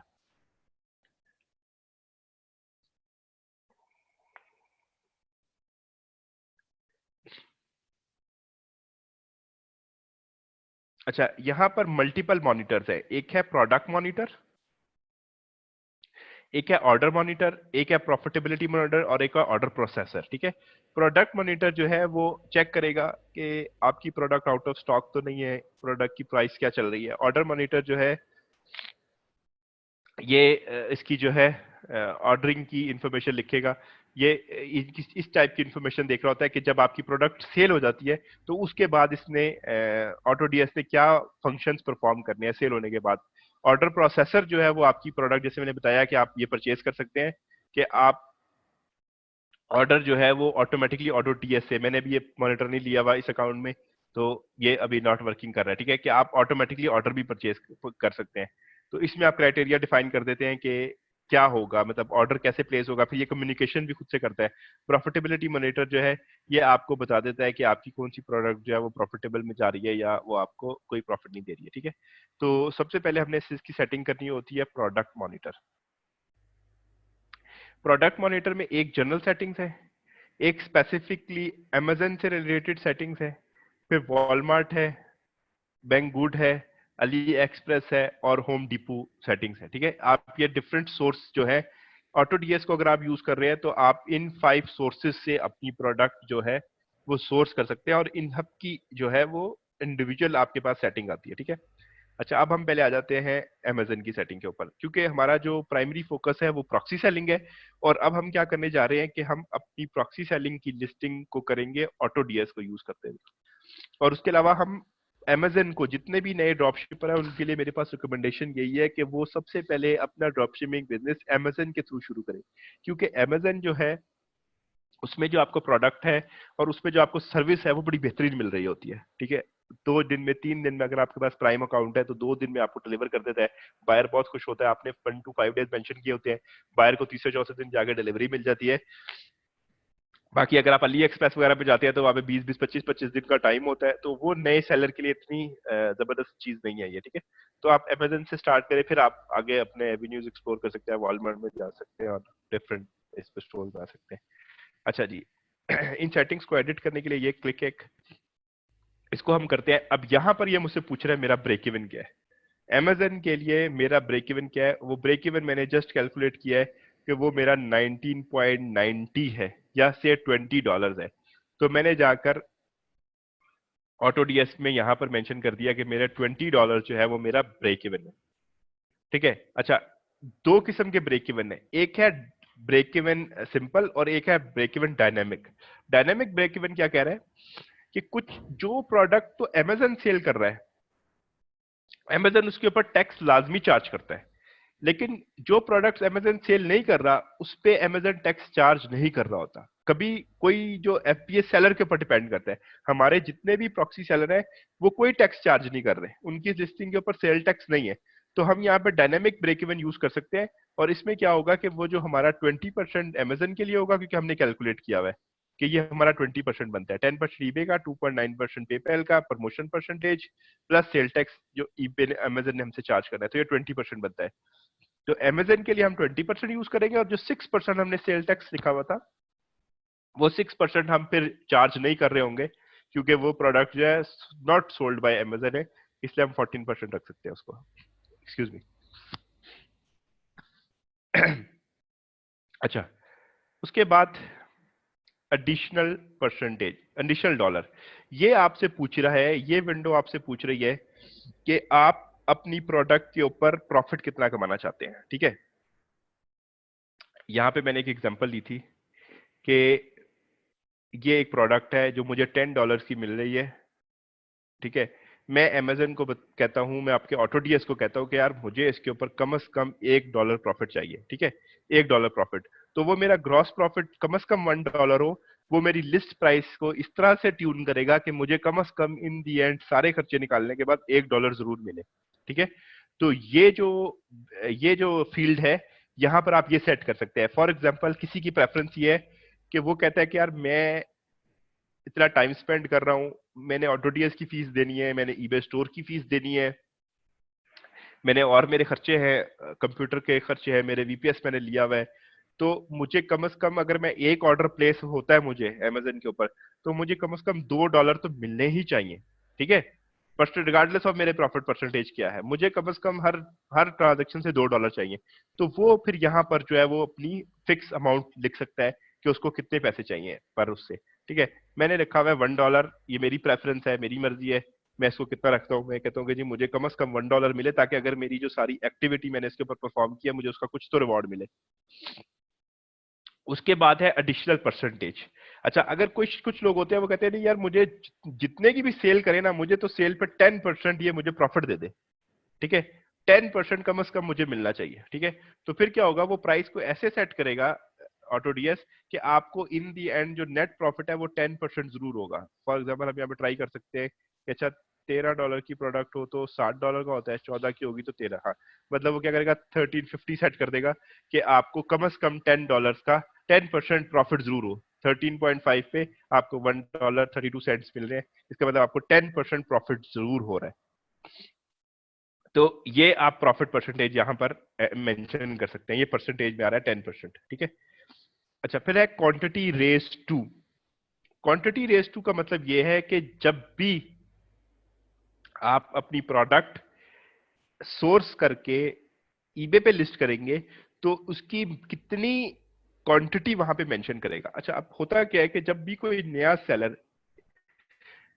ईबे के ऊपर आता है, ठीक है, तो उसको लिमिटेड सी लिस्टिंग्स अलाउ होती हैं, लाइक 10 लिस्टिंग्स, 15, सॉरी 10 लिस्टिंग होती हैं, किसी को 50 लिस्टिंग्स होती हैं, किसी को 100 लिस्टिंग्स होती है, उनकी डिफरेंट एक लिमिट होती है। ठीक है, तो जब कोई बंदा ईबे पे नया आता है तो उसको 10 लिस्टिंग अलाउ होती है, तो वो शख्स जो है वो 1 क्वांटिटी रख के स्टार्ट कर सकता है। इसमें होगा क्या कि उसको 10 डिफरेंट प्रोडक्ट्स वो अपने अकाउंट पे लिस्ट कर सकेगा, 1 1 1 1 10। अगर वो 10 की 10 क्वांटिटी की, जो एक ही प्रोडक्ट की 10 क्वांटिटी रख देगा, तो उसकी सारी की सारी लिमिट एग्जॉस्ट होगी और वो फिर इस मंथ मजीद लिस्टिंग नहीं कर सकता। और अगर उसको मजीद लिस्टिंग करनी है तो उसको जाके ईबे पे कॉल करनी पड़ेगी और उसको बताना पड़ेगा कि मैं क्या चीज बेचना चाहता हूँ, मैं क्यों बेचना चाहता हूँ, मैं एक अच्छा सेलर क्यों हूँ, और मेरी लिमिट्स बढ़नी चाहिए। अगर ईबे उससे कन्विंस हो गया तो वो उसकी लिस्टिंग को इंक्रीज कर देगा। ठीक है, उसके बाद है डायनेमिक पॉलिसी क्रिएशन। अच्छा, ये क्या होता है कि जब हम लोग अपनी प्रोडक्ट को लिस्ट करते हैं, तो आपने देखा होगा मैं एक छोटा सा नोट दे दूं कि कुछ लोगों के लिए ये चीजें काफी नई हैं, बल्कि तकरीबन मोस्टली के लोगों के लिए नहीं होंगी, लेकिन जिन्होंने मैनुअल लिस्टिंग की हुई है उनको कुछ ना कुछ ये समझ आ रही होगी। जो लोग वो पहला सेशन अटेंड नहीं कर किया हुआ जिन्होंने, उनके लिए थोड़ा सा, मुझे पता है कि थोड़ी सी इंफॉर्मेशन कंफ्यूजिंग है, लेकिन अभी आप इसको ऑब्जॉर्व करें, इसको डाइजेस्ट करें। जब आप उस वीडियो को देख लेंगे और फिर दोबारा इस वीडियो पे आएंगे, तो आपको ये चीजें मेक सेंस करना शुरू हो जाएंगी। लेकिन स्टिल किसी को समझ नहीं आती, तो फिर मैं अवेलेबल हूं, आप मुझे मैसेज करें, आप मुझे व्हाट्सएप करें, आप मुझे फेसबुक पे मैसेज करें, आप मुझे कॉल करें, और मैं आपको इंशाल्लाह हेल्प करूंगा, आपको फिर से इसको समझने में मदद करेंगे। और हम इसको सेशन को दोबारा कर सकते हैं। ठीक है, आपका बीसी स्टूडेंट होने का या वीडियो बूट कैंप स्टूडेंट होने का आपको एक एडवांटेज ये मिलता है कि किसी भी शख्स को किसी भी टाइम पर अगर लगता है कि मुझे ये सेशन की दोबारा नीड है, तो वो क्या कर सकता है कि वो हमसे सेशन की डिमांड कर सकता है। ठीक है, वो हमसे सेशन डिमांड कर सकता है कि प्लीज ये जो ऑटोडीएस के ऊपर सेशन है ये एक दफा दोबारा होना चाहिए। जैसे ही उसके ऊपर और 5 लोग 10 लोग आके मीटू करते हैं कि जी मुझे भी ये सेशन जो है वो दोबारा चाहिए, तो हम फिर एक दोबारा सेशन ऑर्गेनाइज करा लेते हैं। ठीक है, तो वो दोबारा हो जाएगा। इसलिए किसी ने परेशान नहीं होना अगर उसके सर के ऊपर से कोई चीजें गुजर रही हैं। तो जब आप इसको एक्चुअली यूज में लेके आएंगे, एक तरफ आप वीडियो ओपन कर लेंगे, दूसरी तरफ आप इस टूल को यूज कर रहे होंगे इंशाल्लाह, तो आपको ये मिल जाएगा। नबील कह रहे हैं कि उनको वो एक्सेल की शीट चाहिए। नबील बिल्कुल, आप मुझे मैसेज कर दीजिएगा, मैं आपको वो एक्सेल की शीट जो है वो भेज दूंगा। बेसिकली तो जब आप ऑटोडीएस यूज कर रहे हैं तो आपको उसकी ऐसा नीड नहीं है, लेकिन स्टिल इफ यू वांट मैं आपको सेंड कर दूंगा। डायनेमिक पॉलिसी क्रिएशन क्या है कि जब आप कोई भी प्रोडक्ट लिस्ट कर रहे होते हैं तो वहां पर आपको 3 किस्म की पॉलिसीज मेंशन करनी होती है। मैनुअल लिस्टिंग की बात कर रहा हूं। आपको वहां पे शिपिंग पॉलिसी मेंशन करनी होती है कि आप कौन सा कोरियर सर्विस यूज करेंगे, आपका हैंडलिंग टाइम कितने डेज है और आपका शिपिंग टाइम कितने डेज है। और ये 3 पॉलिसीज आपको, मतलब एक शिपिंग पॉलिसी आपको देनी होती है। सेकेंडली आपको देना होता है कि आपकी पेमेंट पॉलिसी क्या है। क्या आप पेपैल से पेमेंट रिसीव करना चाहते हैं, क्या सिर्फ क्रेडिट कार्ड से रिसीव करना चाहते हैं, क्या जब भी कोई चीज परचेज करे आपसे तो क्या उसको फॉरन पेमेंट करनी है, क्या वो कुछ दिन बाद पेमेंट कर सकता है। इस तरह की आप एक पेमेंट पॉलिसी देते हैं। फिर आप एक रिटर्न पॉलिसी देते हैं कि खरीदने के बाद कितने दिन तक आप उस प्रोडक्ट को रिटर्न कर सकते हैं। ठीक है, तो ये 3 पॉलिसी देनी होती है। ठीक है, आपको ये 3 पॉलिसीज देनी होती है। तो आप जो है डायनेमिक पॉलिसी का क्या है कि जब आप प्रोडक्ट लिस्ट करते हैं तो आप उस वक्त एक पॉलिसी मेंशन कर देते हैं। जब आप डायनेमिक पॉलिसी पे क्लिक कर देंगे तो क्या होगा कि लाइक आपने हैंडलिंग टाइम रखा हुआ है 3 डेज और शिपिंग टाइम रखा हुआ है 5 डेज, लेकिन कल को प्रोडक्ट ने जो जो प्रोडक्ट आपने सोर्स की थी उसने अपना शिपिंग टाइम बढ़ा दिया। उसने वो 7 डेज से या 5 डेज से उसको 7 डेज या 10 डेज कर दिया। आप लगा के बैठे हुए हैं 5 डेज, उसने कर दिया 10 डेज। तो प्राइस की तरह एक ये भी वेरिएशन आ सकती है, ये भी प्रॉब्लम आ सकती है। तो जब आप डायनेमिक पॉलिसी क्रिएशन पे होंगे तो वो क्या करेगा, उस लिस्टिंग के लिए वो उसके जो शिपिंग टाइम है उसको ऑटोमेटिकली रेज करेगा, 10 डेज कर देगा। ठीक है, तो अगर डायनेमिक पॉलिसी क्रिएशन करना चाहते हैं तो आप इसके ऊपर चेक कर सकते हैं। नादिया, नबील, इसके ऑटोडीएस के $1 पर मंथ चार्जेस हैं और उसके बाद जो है वो तकरीबन $8 गालबन जो है वो मंथली चार्ज करता है। हंजला, मैं बिल्कुल एक्सेल फाइल सेंड कर दूंगा और इसके बाद इंशाल्लाह हम क्वेश्चन आंसर सेशन भी करेंगे। तो आप लोगों के जिनके भी क्वेश्चन हैं वो हम लाइव आपको ले लेंगे माइक पे और फिर हम आपसे क्वेश्चन आंसर सेशन कर लेंगे। अभी हम सेशन कंटिन्यू करते हैं इंशाल्लाह। अच्छा, उसके बाद है मिनिमम प्रॉफिट डॉलर पर प्रोडक्ट। फिर ये वही चीज हमसे पूछ रहे हैं कि आप कितना जो है वो मिनिमम प्रॉफिट अर्न करना चाहते हैं। ठीक है, और इसमें फर्क क्या है। ठीक है, ये है एडिशनल। एडिशनल क्या है कि कुछ आगे जाके हम सेटिंग्स देखेंगे कि हम कभी ऑटोडीएस को ये भी कह देते हैं कि यार ऑटोडीएस हमारी प्राइस रिड्यूस करता जाए ऑटोमेटिकली। तो ये जो एडिशनल परसेंटेज है ऑटोडीएस जो है वो इसको भी एग्जॉस्ट कर देगा। मतलब आपने कोई प्रोडक्ट लगाई थी $10 की और आपको वो $1 का प्रॉफिट दे रही थी क्योंकि आपने उसको मेंशन किया हुआ था कि मुझे $1 कम से कम मिलना चाहिए।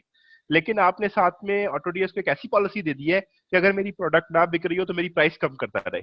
तो ऑटोडीएस वो आपकी प्राइस कम करते करते जो एडिशनल $1 है ना जो आपने रखा हुआ है मिनिमम, इसको भी खत्म करके आपको जीरो पे ले जाएगा, आपको ब्रेक इवन पे ले जाएगा, आपको वो सिर्फ 20% के ऊपर ले जाएगा कि आपकी फीसें तो निकल जाएं उस सेल से लेकिन आपको कुछ बचे ना। लेकिन मिनिमम प्रॉफिट पर प्रोडक्ट अगर आप मेंशन कर देंगे तो वो इसको भी ब्रेक इवन का पार्ट बना देगा और फिर वो इससे नीचे नहीं जाएगा। ठीक है, अब मेरी एग्जांपल का मतलब ये है कि अगर हमने कहा कि यार ये प्रोडक्ट हमने लिस्ट की, साथ में हमने इसको कह दिया यार अगर सेल ना आए तो 50-50 सेंट्स कम करते रहो। ठीक है, उसने कुछ दिनों बाद 50 सेंट्स कम किए, कुछ दिनों बाद फिर 50 सेंट्स कम कर दिए, फिर कुछ दिनों बाद 50 सेंट्स कम कर दिए। ठीक है, यहां तक आपकी प्रोडक्ट जो है वो प्रॉफिटेबल है। सही है, अब वो नीचे नहीं जाएगा। अब वो इसको 1150 पे लेकर नहीं जाएगा क्योंकि आपको लॉस शुरू हो जाएगा और आपका ब्रेक इवन भी रिकवर नहीं होगा, उल्टा आपको अपनी जेब से पैसे देने पड़ेंगे। ठीक है, तो यहां पर आके उसको प्राइस को वो फिक्स कर देगा। ठीक है, ये है इस सिनेरियो में कि अगर आपने ऑटोडीएस को ये बोला हुआ है कि एडिशनल प्रॉफिट इतना हो और एडिशनल परसेंटेज इतनी हो, वो आपके सारे प्रॉफिट जीरो कर देगा। लेकिन मिनिमम प्रॉफिट अगर आपने $1 या $2 या $10 रखा हुआ है तो वो आपको कम से कम $10 तो अर्न करके देगा ही देगा, चाहे सेल ना हो वो प्राइस नहीं रिड्यूस करेगा इससे नीचे, ठीक है। उसके बाद एक ऑप्शन है राउंड प्राइस टू .99, ठीक है। इसमें क्या होता है कि जब आप, अब हम उसको एक परसेंटेजेस दे रहे हैं, सोर्स प्राइस $10 है, उसने परसेंटेजेस अप्लाई की और अपलोड कर दी 12.66, ठीक है। यहां पर प्राइस नजर आ रही है कस्टमर को 12.66, सही है। अब ये जो है 12.66, ये कोई जो विजुअली ना कोई इतनी मजेदार नहीं है, ठीक है। या तो ये 12 हो, या ये 11.99 हो, या ये $11.50 हो, या ये $12 हो, ठीक है। तो ये विजुअली थोड़ी सी, ये प्राइसेस जो है ना विजुअली थोड़ी सी अच्छी है। एक साइकोलॉजिकल इफेक्ट क्या है कि $12 की चीज से बेहतर है 11.99 की हो, ठीक है। क्योंकि पहले हम 11 बोलेंगे, दे हम एंड में 12 ही रहे हैं, लेकिन 11.99 ही हम इसको कंसीडर करेंगे। आपने देखा होगा बाटा वगैरह पे कोई चीज परचेज करने जाते हैं तो वो 299 की रखी हुई होती है 300 की बजाय, तो 300 की जूती वो 300 के ब्रैकेट में नहीं करते, वो उसको 200, वो 200 की उसमें रखते हैं, 299, 250, ठीक है। तो ये एक छोटा सा साइकोलॉजिकल इफेक्ट होता है। तो इसको भी मेंटेन कर सकते हैं कि वो राउंडिंग कर देता है क्लोजेस्ट टू 99, ठीक है।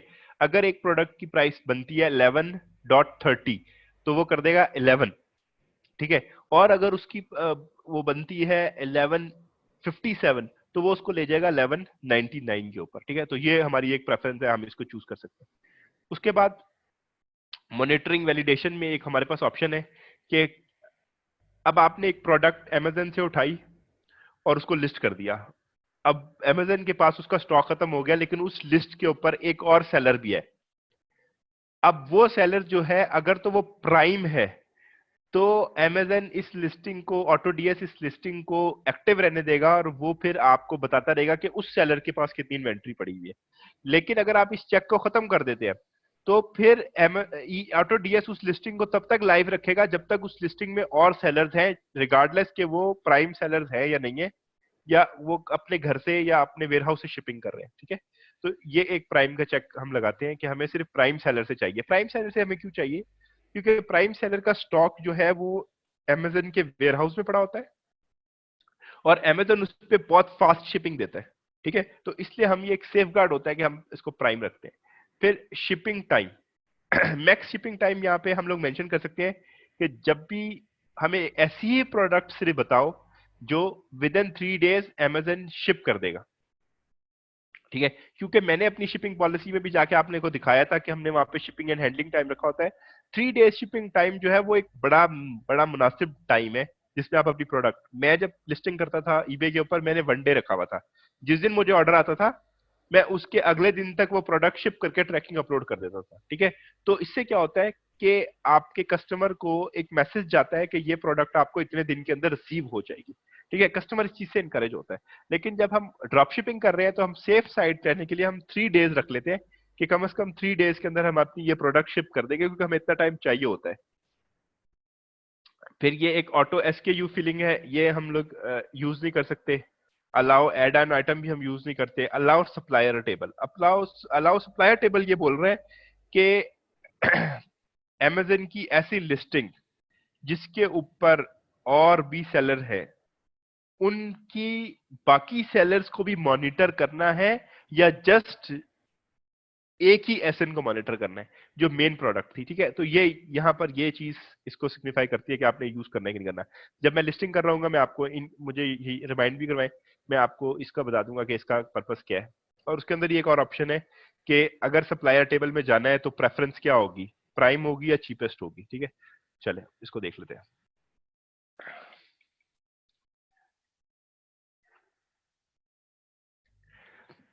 फॉर एग्जाम्पल मैंने एक प्रोडक्ट सर्च की, नॉन स्टिक फ्राई पैन्स, ठीक है। अच्छा जी, ये मेरे पास जो है वो non stick fry pans open हो गए, ठीक है। Different non stick fry pan की मेरे पास लिस्टिंग्स आ रही हैं।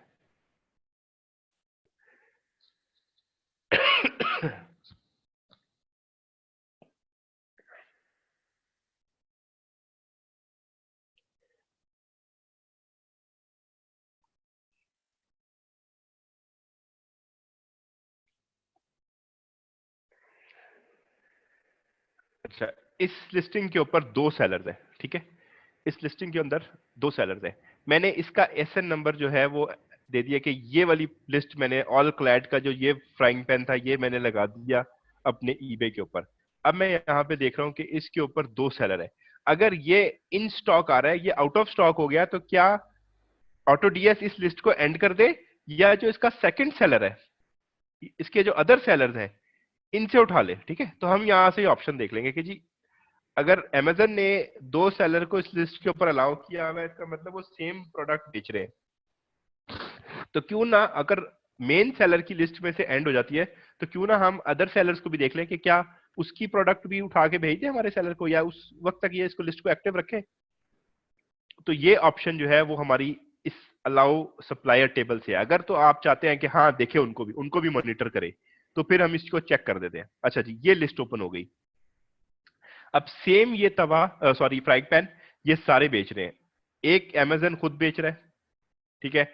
उसके अलावा ये यूज्ड में भी अमेजन के पास पड़े हुए हैं। फिर एक अमेजन जो है वो ब्रांड न्यू बेच रहा है। यूज्ड में ये वो है जो शायद रिटर्न आए हुए होंगे अमेजन को कभी, ठीक है। अच्छा, फिर अमेजन खुद ब्रांड न्यू भी बेच रहा है, फिर शेफ कॉर्नर्स वाले भी बेच रहे हैं, द किचन क्लिक वाले भी बेच रहे हैं, और ये तीनों प्राइम है।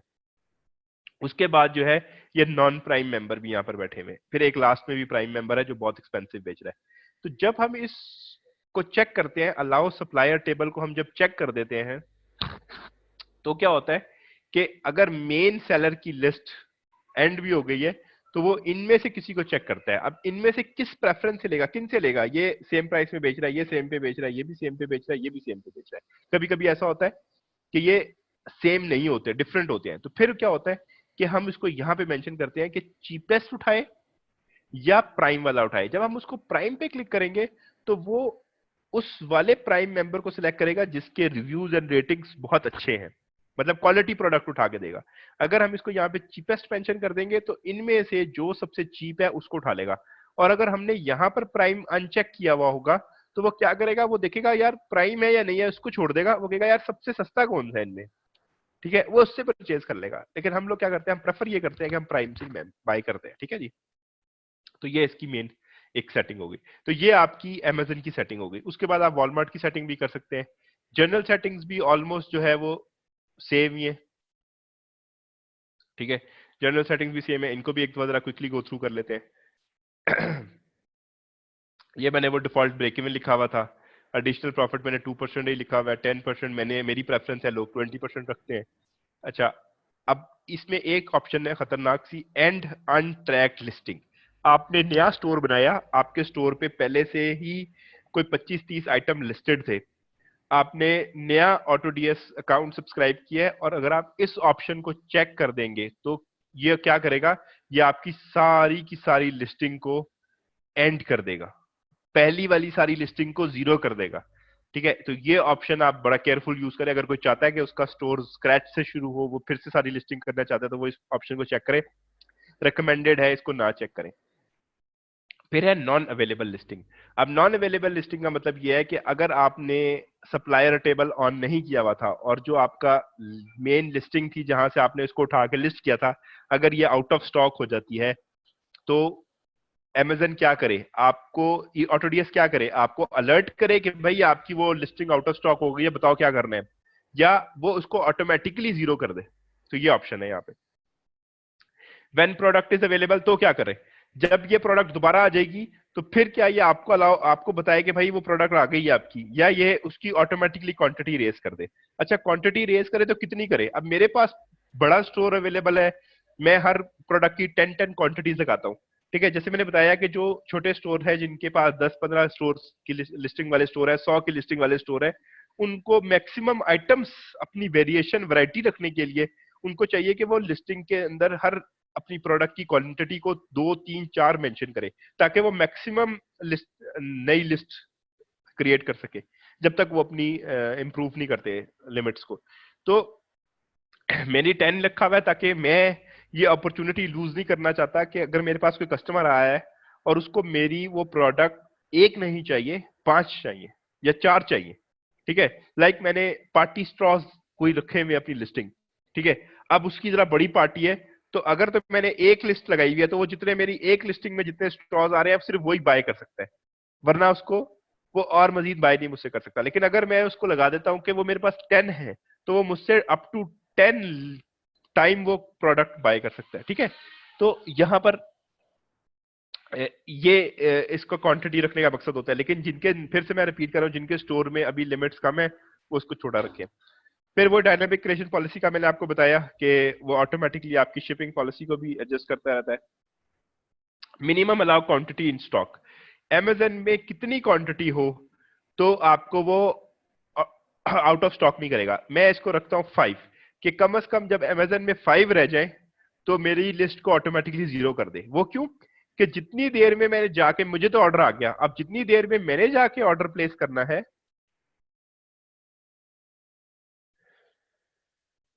जितनी देर में मैंने जाके ऑर्डर प्लेस करना है, तो ये ना हो कि कोई और ले जाए पहले से ही और मुझे आउट ऑफ स्टॉक हो जाऊं मैं, और फिर मुझे जो है वो करना पड़े। अच्छा, इरफान कह रहे हैं कि इंटरनेट का इशू आ रहा है शायद मेरे एंड पे, कि वॉइस ड्रॉप हो रही है। मैं इसको क्या करता हूँ कि जी, तो डायनेमिक पॉलिसी का हमने डिस्कस कर लिया। मिनिमम अलाउड क्वांटिटी को हम लोग डिस्कस कर रहे थे। ठीक है, मिनिमम अलाउड क्वांटिटी का क्या पर्पस है ये भी मैंने एक्सप्लेन कर दिया। अब मिनिमम प्रॉफिट भी हम डिस्कस कर चुके हैं और ये राउंड टू 99 भी हमने डिस्कस कर लिया। ठीक है जी, तो ये जो है हमारी जनरल सेटिंग्स हो गई और ये अमेजन की सेटिंग्स हो गई। अच्छा, अब इसको इन एक्शन देख लेते हैं कि ये ऑटो डीएस के ऊपर हमने इतना जो टाइम लगाया है, ये जो हमने सेटिंग्स की है, हमें ये ऑटो डीएस दे क्या रहा है। एक साहब है एफबीए सेलर, ठीक है, उन्होंने कहा कि जी मेरी प्रोडक्ट जो है, मैं कोई भी रैंडम प्रोडक्ट उठा रहा हूं, ये मैंने एक रैंडम प्रोडक्ट उठाई, लेकिन से कि मैं इसको इस कॉन्टेक्स्ट में देख रहा हूं कि ये आपको किसी, हमारे किसी एफबीए सेलर ने एक प्रोडक्ट दी है।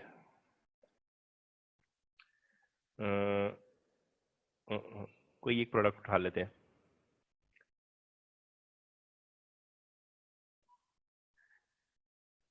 मैं एक सिंपल सी प्रोडक्ट उठाना चाह रहा हूं ताकि मैं क्लियरली एक आइडिया आपको दे सकूं।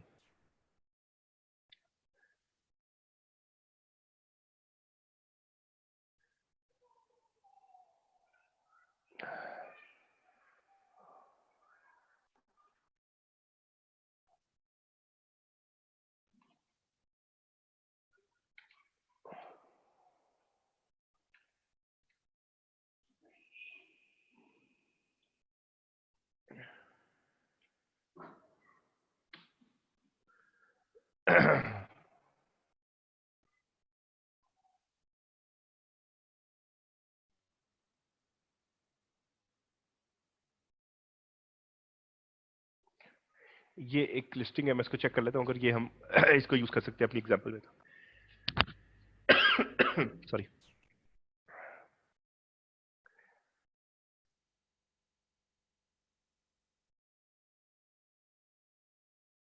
नेट मुझे लगता है कि वाकई स्लो है, मेरे एंड पे भी शायद थोड़ा सा स्लो है।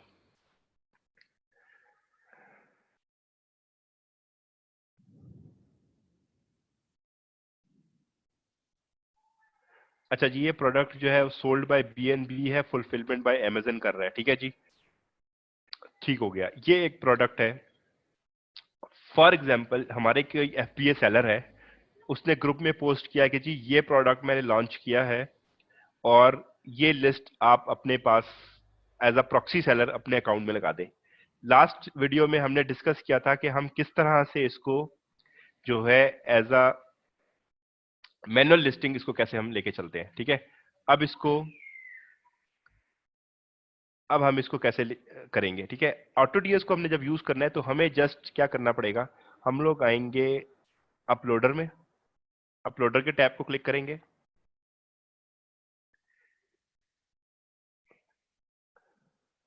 और अपलोडर के टैग को क्लिक करने के बाद जो प्रोडक्ट हमने लिस्ट करनी है उस प्रोडक्ट को ओपन करने के बाद उसका जो लिंक है वो लिंक कॉपी करेंगे और वो यहाँ पे आके पेस्ट कर देंगे प्रोडक्ट आईडी के अंदर। ये है ग्रैब प्रोडक्ट डिटेल का टैब है और उसके अंदर हमने ये प्रोडक्ट जो है वो कर दी। उसके बाद हमने उसको बताया कि ये सोर्स हम कहाँ से कर रहे हैं, अमेजन से, ठीक है। ये हमसे इसलिए पूछ रहा है क्योंकि इसने फिर जो लिस्टिंग जो हमने सेटिंग्स है वो उसके अकॉर्डिंग उठाएगा, ठीक है। अगर हमने अमेजन यूएस की सेटिंग्स की हुई है तो वो अमेजन यूएस की सेटिंग उठा लेगा। अच्छा, अपलोड कहाँ करना चाहते हैं हम? अगर हम लोग इसको यूज कर रहे हैं यूके अकाउंट के लिए तो फिर हम उसको मेंशन करेंगे eBay यूके। अगर हम यूएस अकाउंट के लिए कर रहे हैं तो हम लोग यूएस अकाउंट के लिए करेंगे। उसके बाद हम लोग इसकी टेम्पलेट कौन सी रखना चाहते हैं। टेम्पलेट क्या है कि वो फूल बूटे, कुछ ग्राफिक्स, कुछ लिस्टिंग के अंदर जो है कुछ डिजाइनिंग कर देते हैं, ठीक है। तो मैं इसको प्रेफर नहीं करता। पहले जमानों में ये चीज चलती थी, अब ये इतना रेलिवेंट नहीं रह गया। जितनी सिंपल लिस्टिंग होगी, जितनी हमने लास्ट टाइम इसको डिस्कस किया हुआ है कि लिस्टिंग ऑप्टिमाइज कैसे करते हैं, जितने सिंपल होगा उतना अच्छा है, ठीक है। ये जब मैंने सिलेक्ट कर लिया, आपकी आपकी चॉइस, आप इनमें से कोई भी वैलेंटाइन डेज की आइटम है, आप वैलेंटाइन डे लगा लें, हेलोवीन है हेलोवीन की लगा लें, आप टेम्पलेट ब्लैक फ्राइडे की लगाना चाहते हैं ब्लैक फ्राइडे की लगा लें। तो ये डिफरेंट टेम्पलेट्स है, हर बंदे की अपनी चॉइस और टेस्ट है, उसके अकॉर्डिंगली वो उसको प्ले अराउंड कर सकता है, ठीक है। और अब हम इस पे करेंगे ग्रैब डिटेल्स।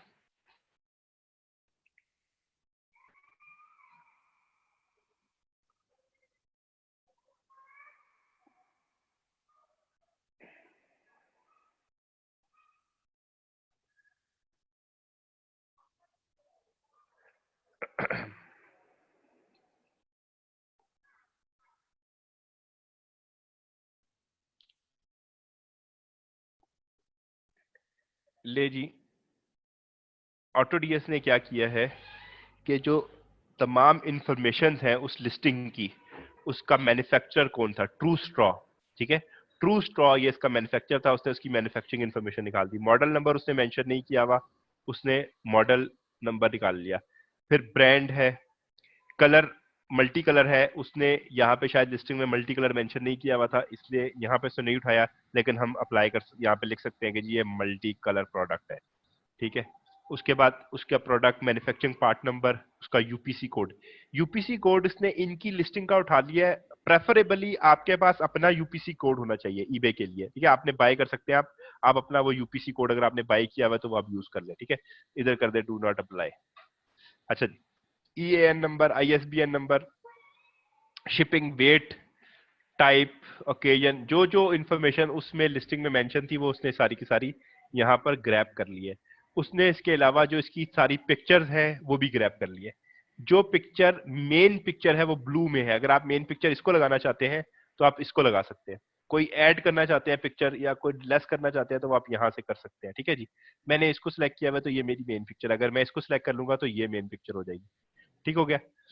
उसके बाद क्योंकि हमने कोई टेम्पलेट यूज नहीं की थी इसलिए उसने बड़ी उसकी सिंपल सी एक डिस्क्रिप्शन उठा ली।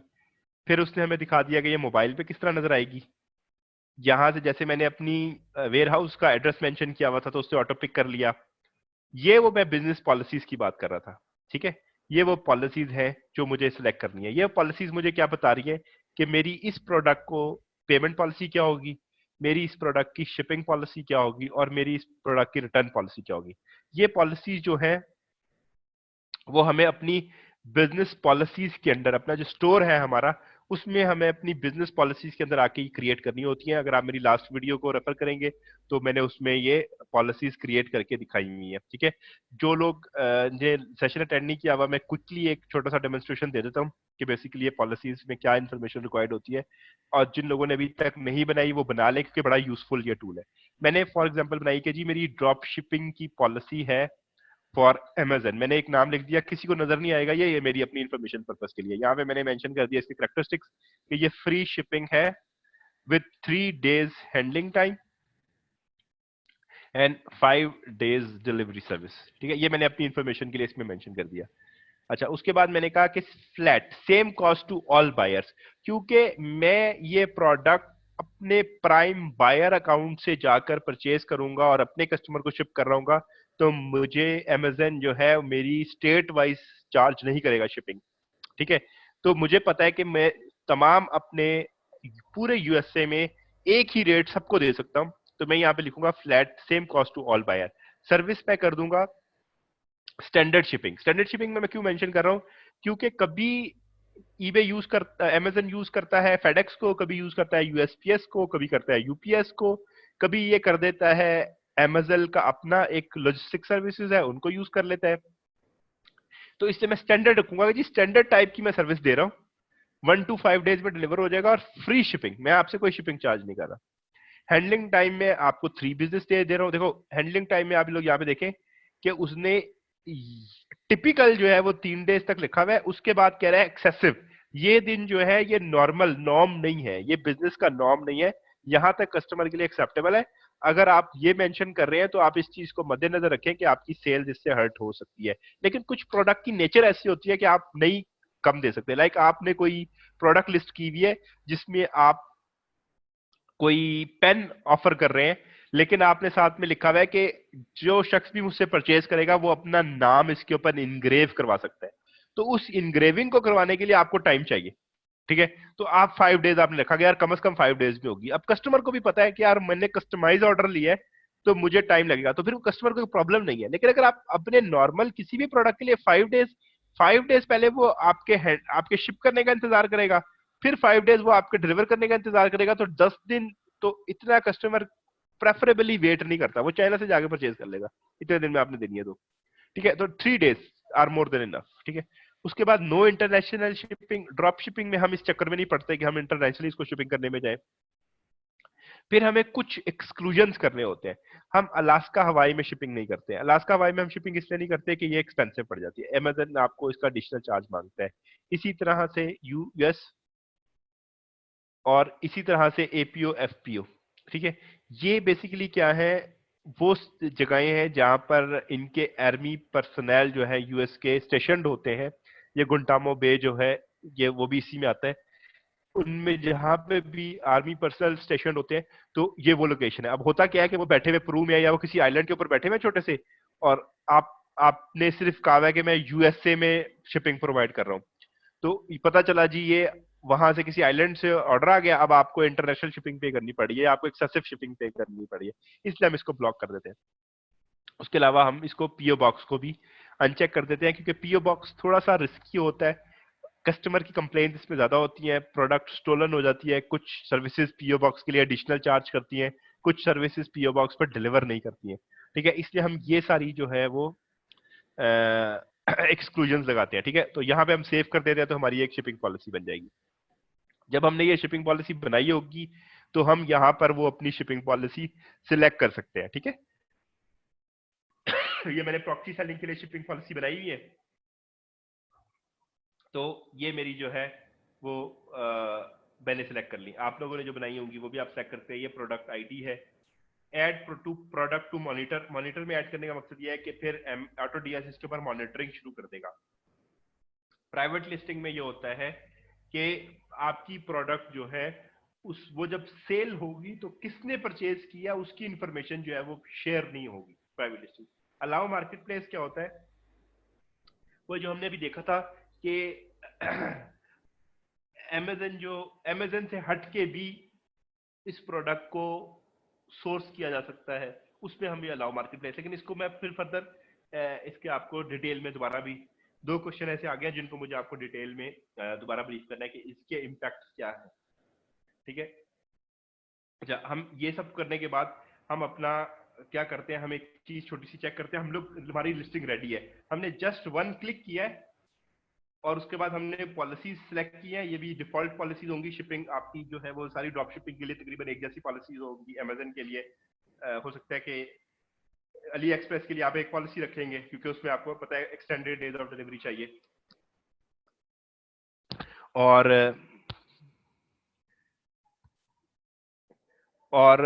उसके अलावा जो है आप बैंक गुड के लिए आप कुछ और रखेंगे, ठीक है। तो आप अपनी शिपिंग पॉलिसी इसमें डिफाइन कर देते हैं। अच्छा, उसके बाद आप यहां से चेक कर सकते हैं, एडिट वेरिएशन पे जब आप क्लिक करते हैं तो यहां से आप कर सकते हैं कि वो क्वांटिटी क्या लगाए। अब क्योंकि हमने मेंशन किया हुआ था कि क्वांटिटी रेज टू 1, तो जब मैं इस प्रोडक्ट को लिस्ट कर दूंगा तो मेरे स्टोर पे नजर आएगा कि मेरे पास सिर्फ ये 1 प्रोडक्ट अवेलेबल है। इसकी सेल प्राइस जो है उसने रखी है, अब जिनके नए स्टोर है वो 1 रखें, मेरा पुराना स्टोर है मैं इसको 10 रख सकता हूं, ठीक है। और उसके बाद इसकी सेल प्राइस उसने डिटरमिन की है 12.65, ठीक है। इसको हम जरा चेक करते हैं। हमारी प्रोडक्ट वो सेल कर रहा है 12.65 के ऊपर। अच्छा जी, हमें ये मिल कितने की रही थी? सोर्स प्राइस है 8.49, ये हमें 8.49 की मिलेगी अमेजन से, हम इसको परचेज करने जब जाएंगे 8.49। सही जी। अच्छा जी, अब क्या हुआ? ब्रेक इवन उसने हमारा 19 जो था हमारा ब्रेक इवन था वो उठाया, ये हमें कह रहा है कि हमें मिलेगा $1.76 इसके ऊपर। ठीक है, तो यहां से आप इसको क्विक एडिट कर सकते हैं। अगर आप चाहते नहीं यार अभी शुरू शुरू में ये ज्यादा है, मैं ऐसा करता हूँ इसको कर देता हूँ 12 पूरा कर देता हूँ, ठीक है, तो आप यहाँ से चेंज कर सकते हैं। कोई भी आप इसमें एडिट करना चाह रहे हैं, जब जब मैं ये कर लूंगा तो अब मेरी ये लिस्टिंग रेडी है। मैंने जस्ट अपलोड प्रोडक्ट पे क्लिक करना है और मेरी ये प्रोडक्ट जो है वो मेरे ईबे पेज के ऊपर एज इट इज पेस्ट हो जाएगी। तो इससे क्या होता है कि बड़ी आसान, जिन लोगों ने वो मैनुअल लिस्टिंग देखी है उनको अंदाजा हुआ होगा कि उनका कितना प्रोसेस जो है वो इजी हो गया।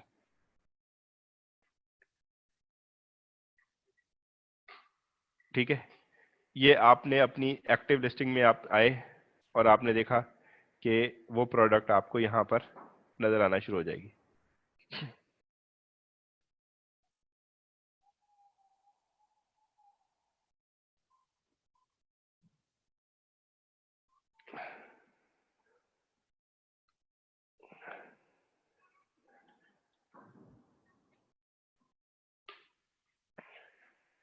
ये जनाब, अच्छा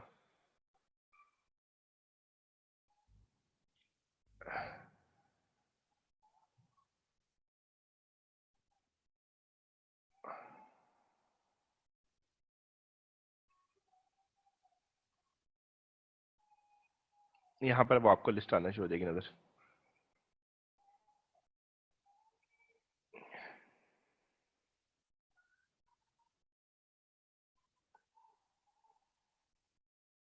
ये आ गई जनाब।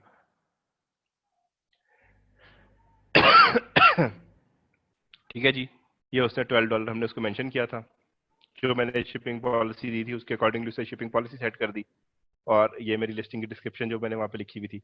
तो ये जस्ट कुछ क्लिक्स के ऊपर मेरी एक लिस्टिंग जो है, क्योंकि मैं आपको एक्सप्लेन कर रहा हूँ, मैं बहुत स्लो गया हूँ, आप बड़ी फास्टली इसको प्रोसेस को कंप्लीट कर सकते हैं। ठीक है, उसने सारी तस्वीरें उठा ली। अब जब आप मैनुअल लिस्टिंग आप लोगों ने की होगी तो देखा होगा आपने, पहले हमें वहां पे जाके डाउनलोड करना पड़ती है सारी डिटेल्स, फिर हमें जो है वो जाके कॉपी करते हैं, एडिट करते हैं, फिर हम यहाँ पर आके उनकी वन बाय वन सारी इंफॉर्मेशन एंटर कर रहे होते हैं। ठीक है, तो ये जस्ट फ्यू क्लिक्स में आपकी ये लिस्टिंग जो है वो डन हो गई। ठीक हो गया जी। तो ये प्रोसेस है ऑटोडीएस का, बेसिक सेटिंग सिखाई है। अच्छा, फिर इसमें कुछ ट्विक्स आ जाते हैं, इसमें कुछ हम और क्या कहते हैं इसके साथ खेल सकते हैं ऑटोडीएस के साथ, वो मैं आपको बता देता हूं कि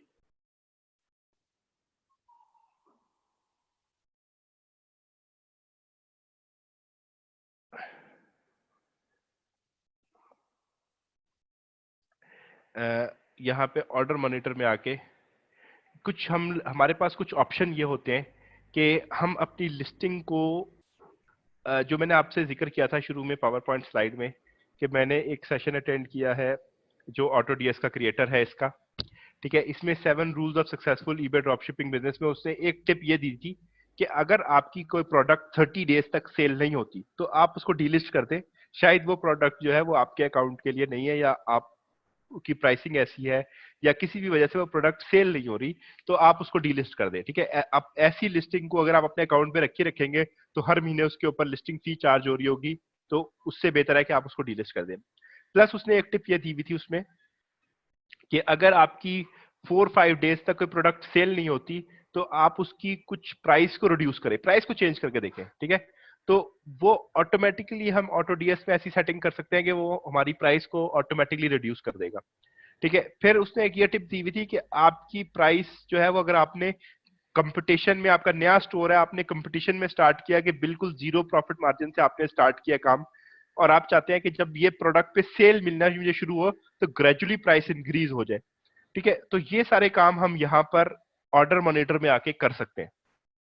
ठीक है, लेकिन आज के सेशन को मैं बेसिक सेशन था, इसको मैं यहाँ पे ही रखूंगा, इसके अंदर हम डिटेल्स में नहीं जाएंगे। वो हम इसलिए नहीं जाएंगे क्योंकि जब आप इन मेन सेटिंग्स के अंदर आप जब इससे खेलेंगे और आप अपनी लिस्टिंग करना शुरू करेंगे तो डेफिनेटली बहुत सारे लोगों की बहुत सारी क्यूरीज होंगी, बहुत सारी उनको जो है वो इसमें प्रॉब्लम्स आएंगी, उनको क्वेश्चंस होंगे। तो मेरा अब प्रोग्राम ये है कि हम इसके अंदर एक क्विकली 3-4 दिन बाद या नेक्स्ट वीक जो है वो हम एक और सेशन कर देंगे। अच्छा, मैं एक्टिव लिस्टिंग पे मैंने क्लिक किया है तो ये मेरी प्रोडक्ट मुझे दिखा रहा है कि जो मैंने ऑटो डीएस के थ्रू ये लिस्टिंग्स की हैं, और ये लिस्टिंग जो है यहाँ पर उसकी मेन हमें मुझे मुझे बेसिक इन्फॉर्मेशन दे रहा है कि ये लिस्टिंग्स जो है वो आपकी क्या करता है, मॉनिटर हमें शो करता है कि ये चीजें वो हमारी मॉनिटर कर रहे हैं। ठीक है, ये लिस्टिंग मॉनिटर कर रहे हैं। यहाँ पर हमें क्विकली एडिट कर सकते हैं हम इस लिस्ट को। ठीक है, एडिट क्या क्या कर सकते हैं उसने यहाँ पर हमें शो कर दिया। प्लस सोर्स आईडी, ये प्रोडक्ट हमने कहाँ से ली है, इसके ऊपर हम क्लिक करेंगे तो हमें वो लिस्टिंग के ऊपर ले जाएगा। ठीक है, तो हमें परचेज करने में आसानी हो जाएगी इस लिस्ट को। ठीक है, उसके अलावा फिर हमें ये शो करता है इसकी क्वांटिटी कितनी है, प्राइस कितनी है, सोर्स प्राइस कितनी है। ये ऑटोमेटिकली अगर यहाँ पर इंक्रीज होगी तो ये ऑटोमेटिकली इसको अपडेट भी करता रहेगा। कितने सेल हुए, इस पे वॉचर कितने हैं, इसके ऊपर जो है व्यूज कितने आए हैं, प्रॉफिट हमें इसका एस्टिमेटेड कितना होगा, कब अपलोड की, ये सारी इंफॉर्मेशन इसके ऊपर होती है। ठीक है।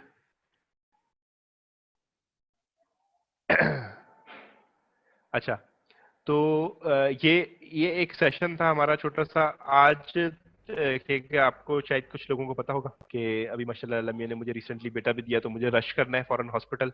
ठीक है, और थोड़ी सी मेरी तबीयत डाउन थी, लेकिन मैंने कहा कि एक हफ्ते से मैंने अनाउंस किया हुआ है सेशन, और अगर मैं नहीं लूंगा तो इसके लिए अच्छा नहीं है। बहुत सारे लोग इसका वेट कर रहे हैं और वो ड्रॉप शिपिंग में आना चाहते हैं, तो इसलिए मैंने एक सेशन, एक ब्रीफ सेशन किया है। मेरे लिहाज से थोड़ा सा ब्रीफ सेशन है, इसमें अभी बहुत सारी डिटेल्स है हमें जो उसको फर्दर हमने डिस्कस करना है। ठीक है, तो हम इंशाल्लाह इसके ऊपर एक और सेशन मैं प्लान कर रहा हूं कि हम इसके ऊपर इंशाल्लाह एक और सेशन करेंगे, और इनके जो आपके इश्यूज हैं उन सारे इश्यूज को हम डिस्कस करेंगे। ठीक है, और बेसिक क्वेश्चन, जो छोटे छोटे बेसिक क्वेश्चन है प्रोसेस से रिलेटेड, मैंने 2-3 बड़े टेक्निकल क्वेश्चन देखे हैं जो लोगों ने यहाँ पे पूछे हुए, तो मैं अभी कहूंगा कि उनको जस्ट होल्ड कर लें कि हम जो आज का सेशन है उसको बेसिक सेशन रखना चाहते हैं, और उसके बाद हम नेक्स्ट सेशन जो करेंगे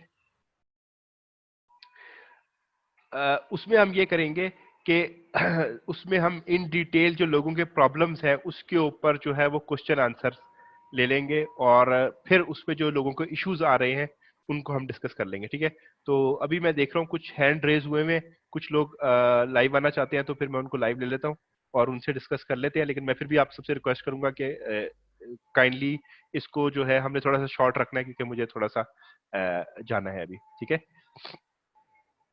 तो अभी जिन लोगों के हैंड रेज हुए हैं जो आना चाहते हैं, काशिफ अंसारी साहब का हैंड रेज है, इनका मैं अनम्यूट कर रहा हूँ। काशिफ साहब, मैं आपको अनम्यूट कर रहा हूँ प्लीज।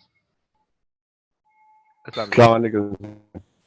जैन वालेकुम मैं पूछ सलाम। रहा हूँ, अब आपने जो बताया अभी ये सारा बेसिकली सिर्फ लिस्टिंग करने के लिए, राइट? जी जी। और उसके बाद और वो जो आप AMZL का चक्कर है उसका वो कैसे होता है? वो ऑप्शन है अवेलेबल जो हम ट्रैकिंग में हाँ, वो डालते हैं? ऑटो डीएस अगर ऑटो ऑर्डरिंग हमने ऑन की हुई है, ठीक है, तो वो हमारे हम्म। इस एमएसएल के इशू को खुद ही रिजॉल्व करता है। ठीक है, क्योंकि वो आपके लिए ऑर्डर प्लेस कर रहा है, आपकी ट्रैकिंग खुद ही अपलोड कर रहा है ऑटो डीएस, तो वो आपकी एमएसएल की ट्रैकिंग को कन्वर्ट करके और आपके लिए ब्लू केयर की ट्रैकिंग आईडी लेके अपलोड करता है। लेकिन अगर आप मैनुअली कर रहे हैं, ठीक है, ऑटो ऑर्डरिंग मैं भी मैनुअली कर रहा हूँ। ऑटो ऑर्डरिंग अगर आपको 20 ऑर्डर पर डे नहीं आ रहे, तो आपको जरूरी नहीं है कि आप सॉरी उसमें जाके सब्सक्राइब करें। ठीक है, एक एडिशनल कॉस्ट हो जाएगी नए सेलर के लिए। तो बेसिक सेशन था नए सही। सेलर्स के लिए था जिन्होंने अभी ऑटो डीएस सब्सक्राइब किया है, जिनको 3-4 ऑर्डर मुश्किल से एक दिन में आ रहे होंगे, तो उनके लिए ऑटो ऑर्डरिंग में जाने की जरूरत वो नहीं तो है, वो खुद कर मैनुअली सकते परचेज हैं। करेंगे। हाँ, ठीक है, तो जब वो खुद ही मैनेज कर रहे हैं परचेजेस को, सही। तो वो फिर एमएसएल को एज जो मैंने लास्ट सेशन में डिस्कस किया था, वो फिर उसको उसी वे में मैनेज करेंगे इंशाल्लाह। सही। अच्छा, एक बात की, जो इसकी फीस आपने बताई थी $1 पहले महीने के लिए, उसके बाद $8 पर मंथ, राइट?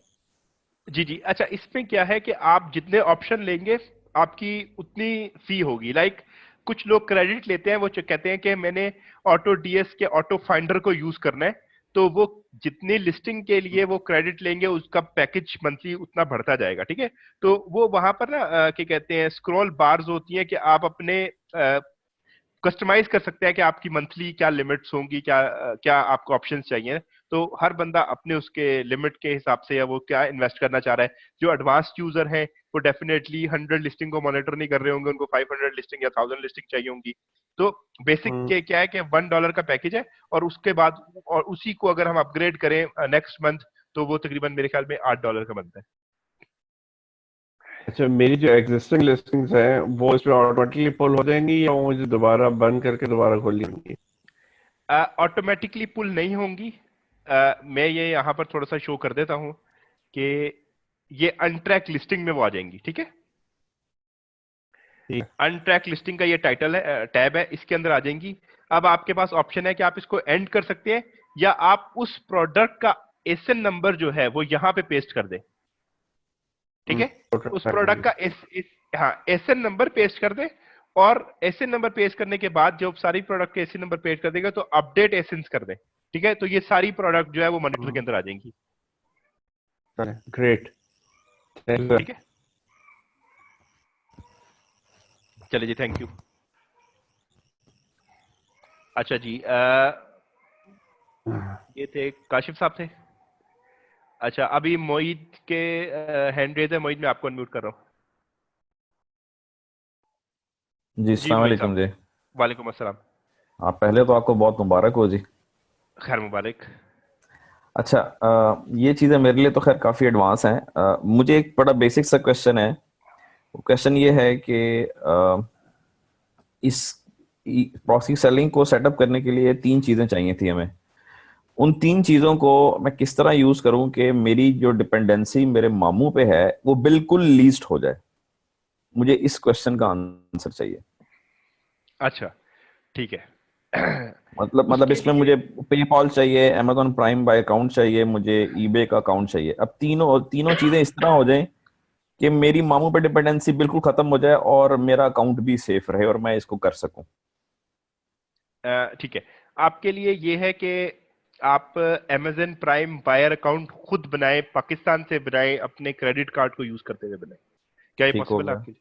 बिल्कुल ठीक है, जब आप पॉसिबल है। अपना अमेजन प्राइम बायर अकाउंट बनाएंगे तो फिर आप मामू की डिपेंडेंसी खत्म होगी। आप क्या करेंगे, अपने पेपैल के अंदर जो पैसे हैं या किसी भाई दोस्त से आप जो है पेपैल के थ्रू गिफ्ट कार्ड परचेज करेंगे और अपने ठीक हो गया। अमेजन प्राइम बायर अकाउंट में ऐड कर लेंगे, ठीक है।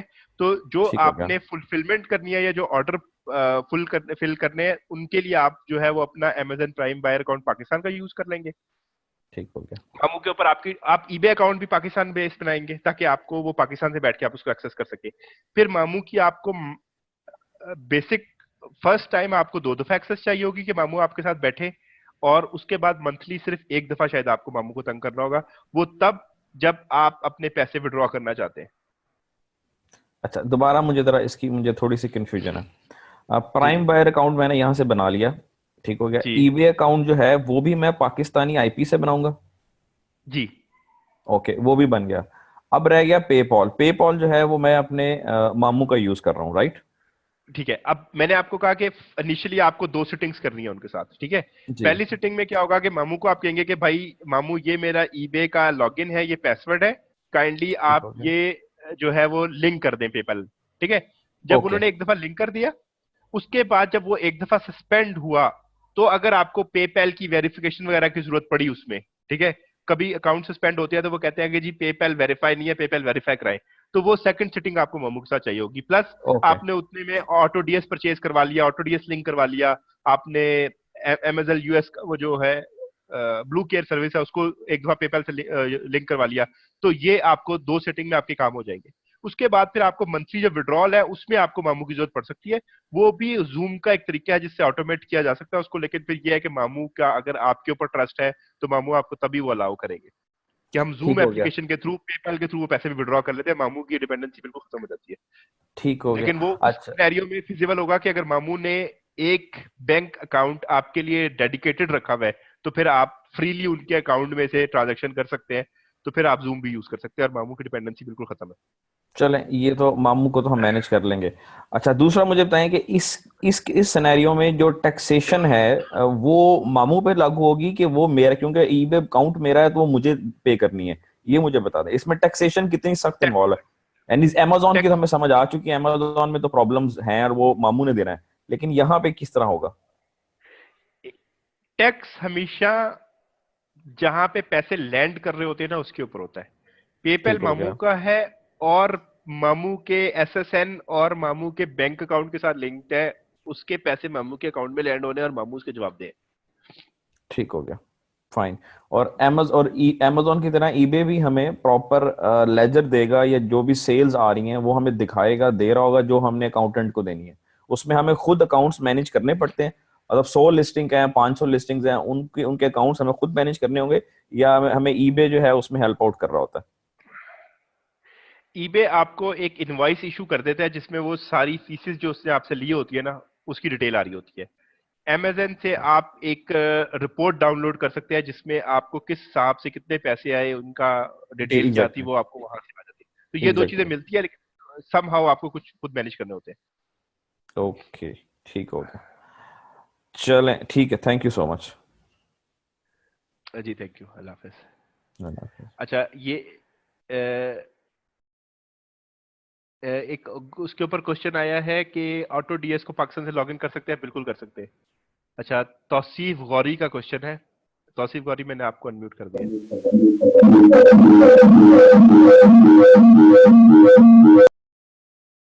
तौसीफ गौरी साहब, आपके माइक में कुछ इशू था, बहुत डिस्टॉर्शन आ रही थी। इमाद कमर साहब, मैं आपको अनम्यूट कर रहा हूँ।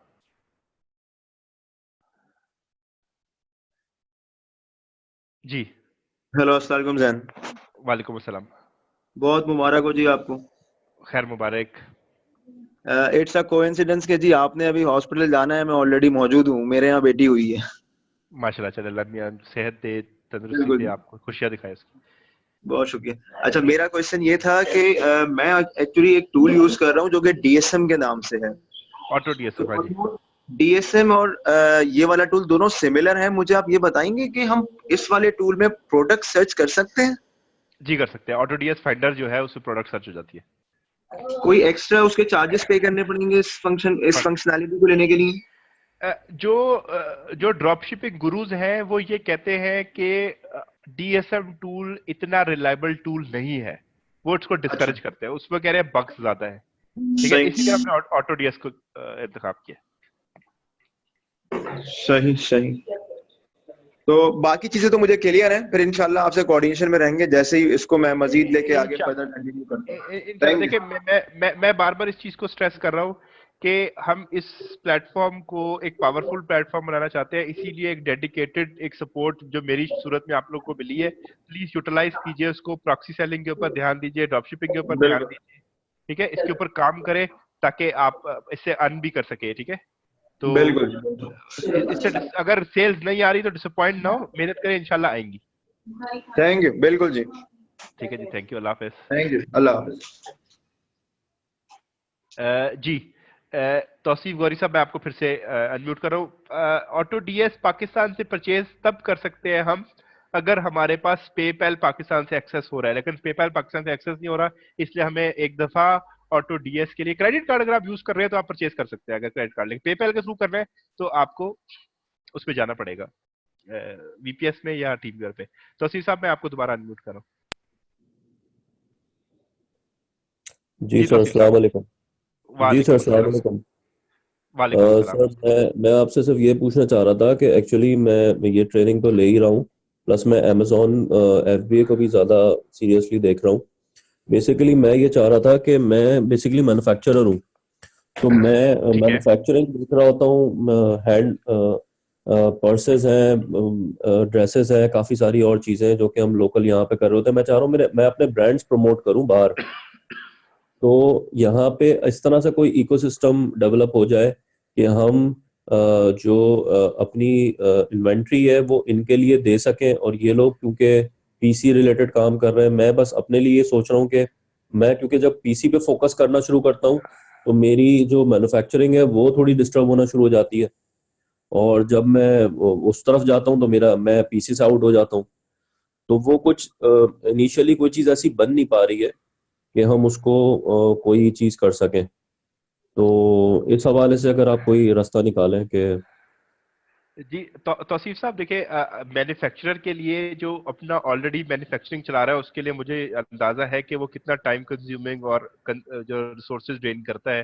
तो डेफिनेटली आपके पास टाइम नहीं होता। ऐसे एंटरप्रेन्योर्स के लिए जो है वो सजेशन ये होती है कि वो आउटसोर्स कर दे सर्विसेज को। ठीक है, आप अगर खुद से प्रोडक्ट हंटिंग नहीं कर सकते, आप प्रोडक्ट हंटिंग के लिए कोई बंदा आउटसोर्स कर ले, आप वीए हायर कर ले कि यार वो आपके लिए लिस्टिंग करे, वो आपके लिए प्रोडक्ट हंटिंग करे। ठीक है, कोई ऐसा पार्टनरशिप कर ले कि जो बंदा जो एफबीए बिजनेस को समझता है और वो आपकी प्रोडक्ट्स को या आपकी इन्वेस्टमेंट को और अपनी इन्वेस्टमेंट के साथ या अपनी आईडी और आपकी आईडी, मतलब कोई किसी जो आपके पास टाइम का कंस्ट्रेंट है उसके पास शायद आईडी ना हो, मे बी आपके पास आईडी हो, शायद उसके पास उतनी इन्वेस्टमेंट ना हो, आपके पास इन्वेस्टमेंट हो, या आप कह रहे हैं यार तुम अपनी स्किल्स लगाओ मेरी प्रोडक्ट लगाओ। ठीक है, तो आप इस तरह से पार्टनरशिप में जा सकते हैं ताकि आपका दोनों एंड्स आप मैनेज कर सके।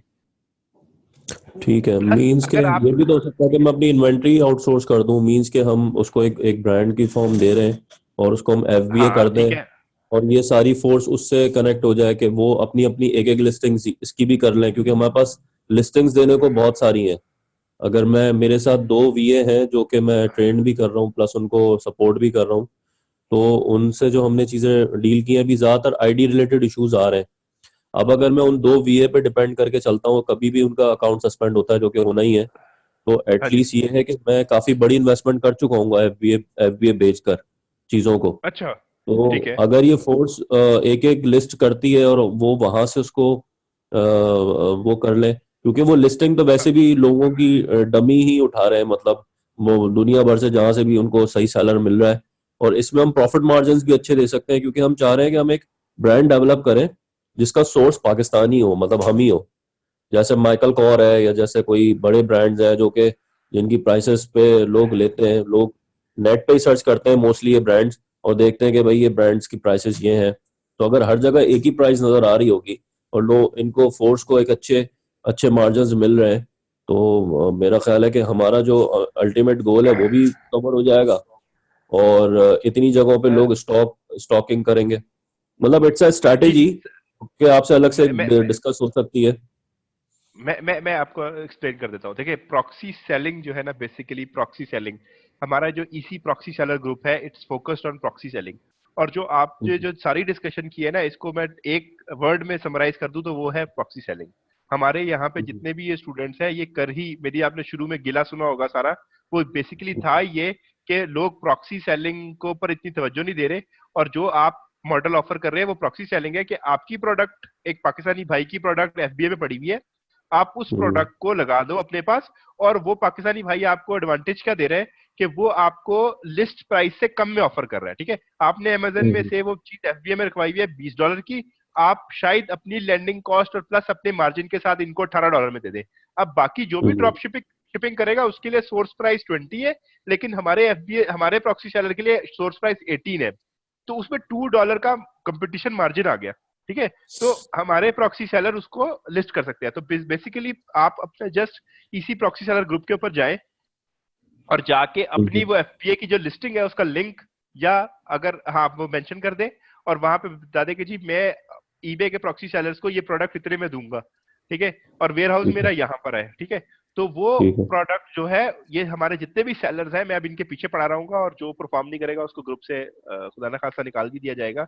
ये आपकी वो लिस्टिंग कर रहे होंगे इंशाल्लाह। तो हमारे पास 300 तकरीबन मेंबर्स हैं, तो कुछ भी नहीं तो 200 लिस्टिंग डे 1 पे हो सकती है। ठीक है, 200 सेलर आपके लिस्टिंग पे काम करना शुरू कर सकते हैं। तो यही सारी एक्टिविटी का मकसद ये है।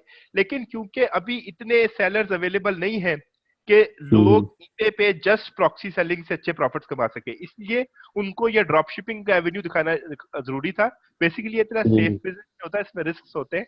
ठीक है, अगर अच्छे तरीके से मैनेज ना करें तो अकाउंट सस्पेंड भी हो जाते हैं।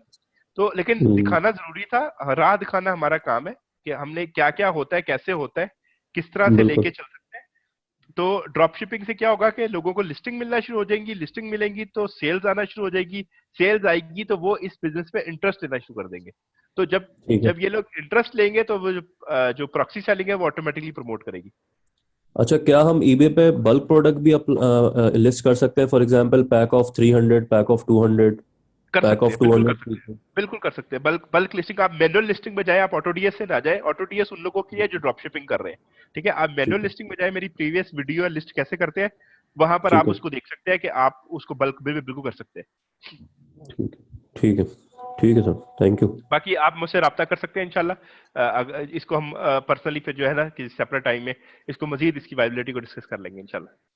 ठीक है सर, कहाँ राब्ता आपसे किया जाए? ग्रुप पे ही? मैं इसी प्रॉक्सी सेलर ग्रुप में है, फेसबुक पे कर लें, व्हाट्सएप ग्रुप्स में हूँ मैं, वहां पे कर लें, जहां पे आपको मुनासिब लगे। ठीक है, ठीक है, ठीक है जी, मैं व्हाट्सएप पे आपको देखता हूँ। ठीक है, ठीक है इंशाल्लाह।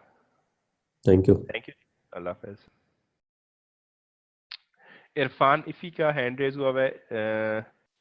इरफान इफी, मैं आपको अनम्यूट कर रहा हूँ।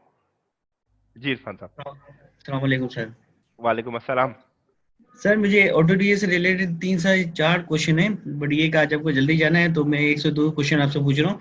इसमें ये एक बड़ी मॉनिटर है, मेहरबानी। हाँ मॉनिटर के अंदर एक जनरल सेटिंग है और एक अमेजोन सेटिंग है ना।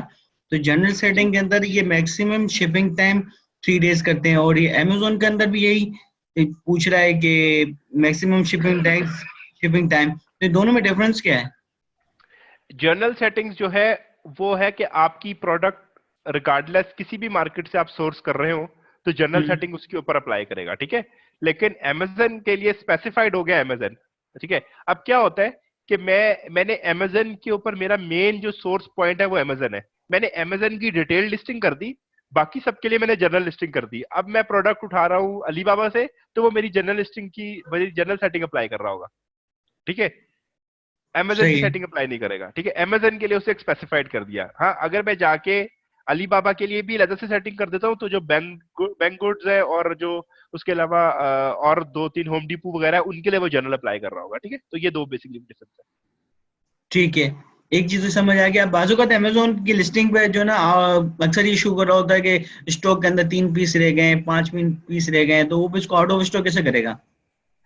अगर आपने मैंने लिस्टिंग में जाकर सेटिंग्स में जाकर एक जगह पर मेंशन किया था, ठीक है, मिनिमम क्वांटिटी वहां पे थी, ठीक है। अगर आप उसमें जाके ऑर्डर मेंशन कर देते हैं 9 या 8 मेंशन कर देते हैं, तो जैसे ही वो सेल होके 8 पर आएंगे अमेजन के ऊपर, ये थोड़ी थोड़ी देर बाद खुद ही सिंक कर रहा होता है डेटा को। तो जैसे ये उसको डिटेक्ट करेगा कि वो क्वांटिटी जो है वो कम रह गई है, सॉरी, ये उसको जो है वो जीरो कर देगा लिस्ट को। अच्छा, मतलब ये शिपिंग से रिलेटेड नहीं होगा, मतलब वहां पे जो जो दूसरी सेटिंग कह रहे हैं कि आप minimum allow quantity in stock, इसमें जाके करना पड़ेगा हमें? जी जी। ठीक है।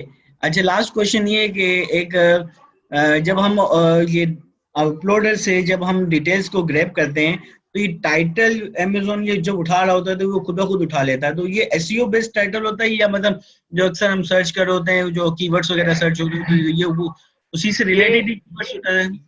ये फर्स्ट 80 कैरेक्टर्स उठाता है, जो अमेजन की लिस्टिंग के फर्स्ट 80 कैरेक्टर्स है ये उठाता है। इसके ऊपर जो मेरी पहली वीडियो थी उसमें मैंने टाइटल और लिस्टिंग डिस्क्रिप्शन ऑप्टिमाइजेशन की बात की थी कि हम हम्म, इनको ऑप्टिमाइज कैसे करते हैं, ठीक है। अब दो अप्रोच हो सकती है। एक अप्रोच ये हो सकती है कि हम अगर लूज चले लूज चले तो हम अपनी नंबर ऑफ लिस्टिंग को बढ़ाने के लिए कोई भी एडिट्स ना करें और जल्दी जल्दी ये चीजें ग्रैब कर रहे हो, ठीक है। लेकिन एक अच्छा वे क्या है कि हम अपनी हर लिस्टिंग को 5-10 मिनट दें, ठीक है, और उसके ऊपर ऑप्टिमाइजेशन करें। तो आप अगर काइंडली उस पहली वीडियो को फॉलो कर ले तो आपको डिटेल में टाइटल और डिस्क्रिप्शन ऑप्टिमाइजेशन की नॉलेज वहां से इंशाल्लाह मिल जाएगी, ठीक है जी।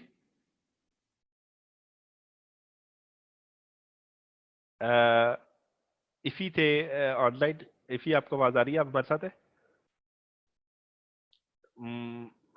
इरफान इफी साहब। अच्छा, सैसम साहब के मैंने 2-3 दफा शायद क्वेश्चंस को देखा है कि उन्होंने मैसेज टाइप किया लेकिन उनका हैंड रेज भी नहीं है, और मैं अभी उनका रिप्लाई भी नहीं देना चाहता हूं। मैं इंशाल्लाह जो नेक्स्ट सेशन होगा, ठीक है, उसके ऊपर डिटेल्ड स्टडी करके कि वो ऑप्शन जिनका जिक्र कर रहे हैं उसके इम्पैक्ट क्या है लिस्टिंग के ऊपर, तो उसको मैं स्टडी करूंगा, फिर आपको मैं उसका रिप्लाई कर दूंगा, ठीक है सर।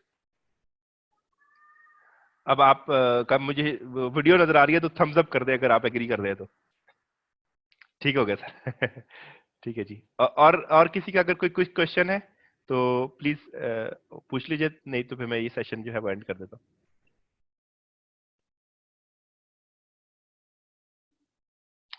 चले, मुझे कोई और मजीद हाथ तो खड़ा नजर नहीं आया। सारों से मेरी एक रिक्वेस्ट ये है कि ईबे के आप लोग सारे बूट कैम्प के या वीडियो बूट कैम्प के मेंबर्स हैं, ठीक है।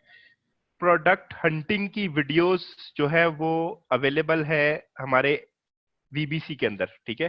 बूट कैम्प के अंदर जो स्टूडेंट है उनको भी शायद वीडियो में जाके मिल जाए, लेकिन उनको मिलेगी अमेजन से रिलेटेड, ईबे से रिलेटेड जो प्रोडक्ट हंटिंग है उसकी वीडियो अवेलेबल है वीबीसी में।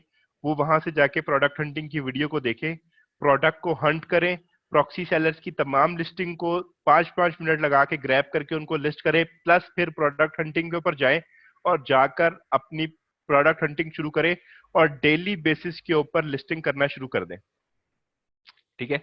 मीटिंग को मैं, रिकॉर्डिंग को मैं यहाँ पे एंड कर रहा हूँ। मैं लास्ट फ्यू इंस्ट्रक्शन देके आपसे ज्यादा चाहता हूँ।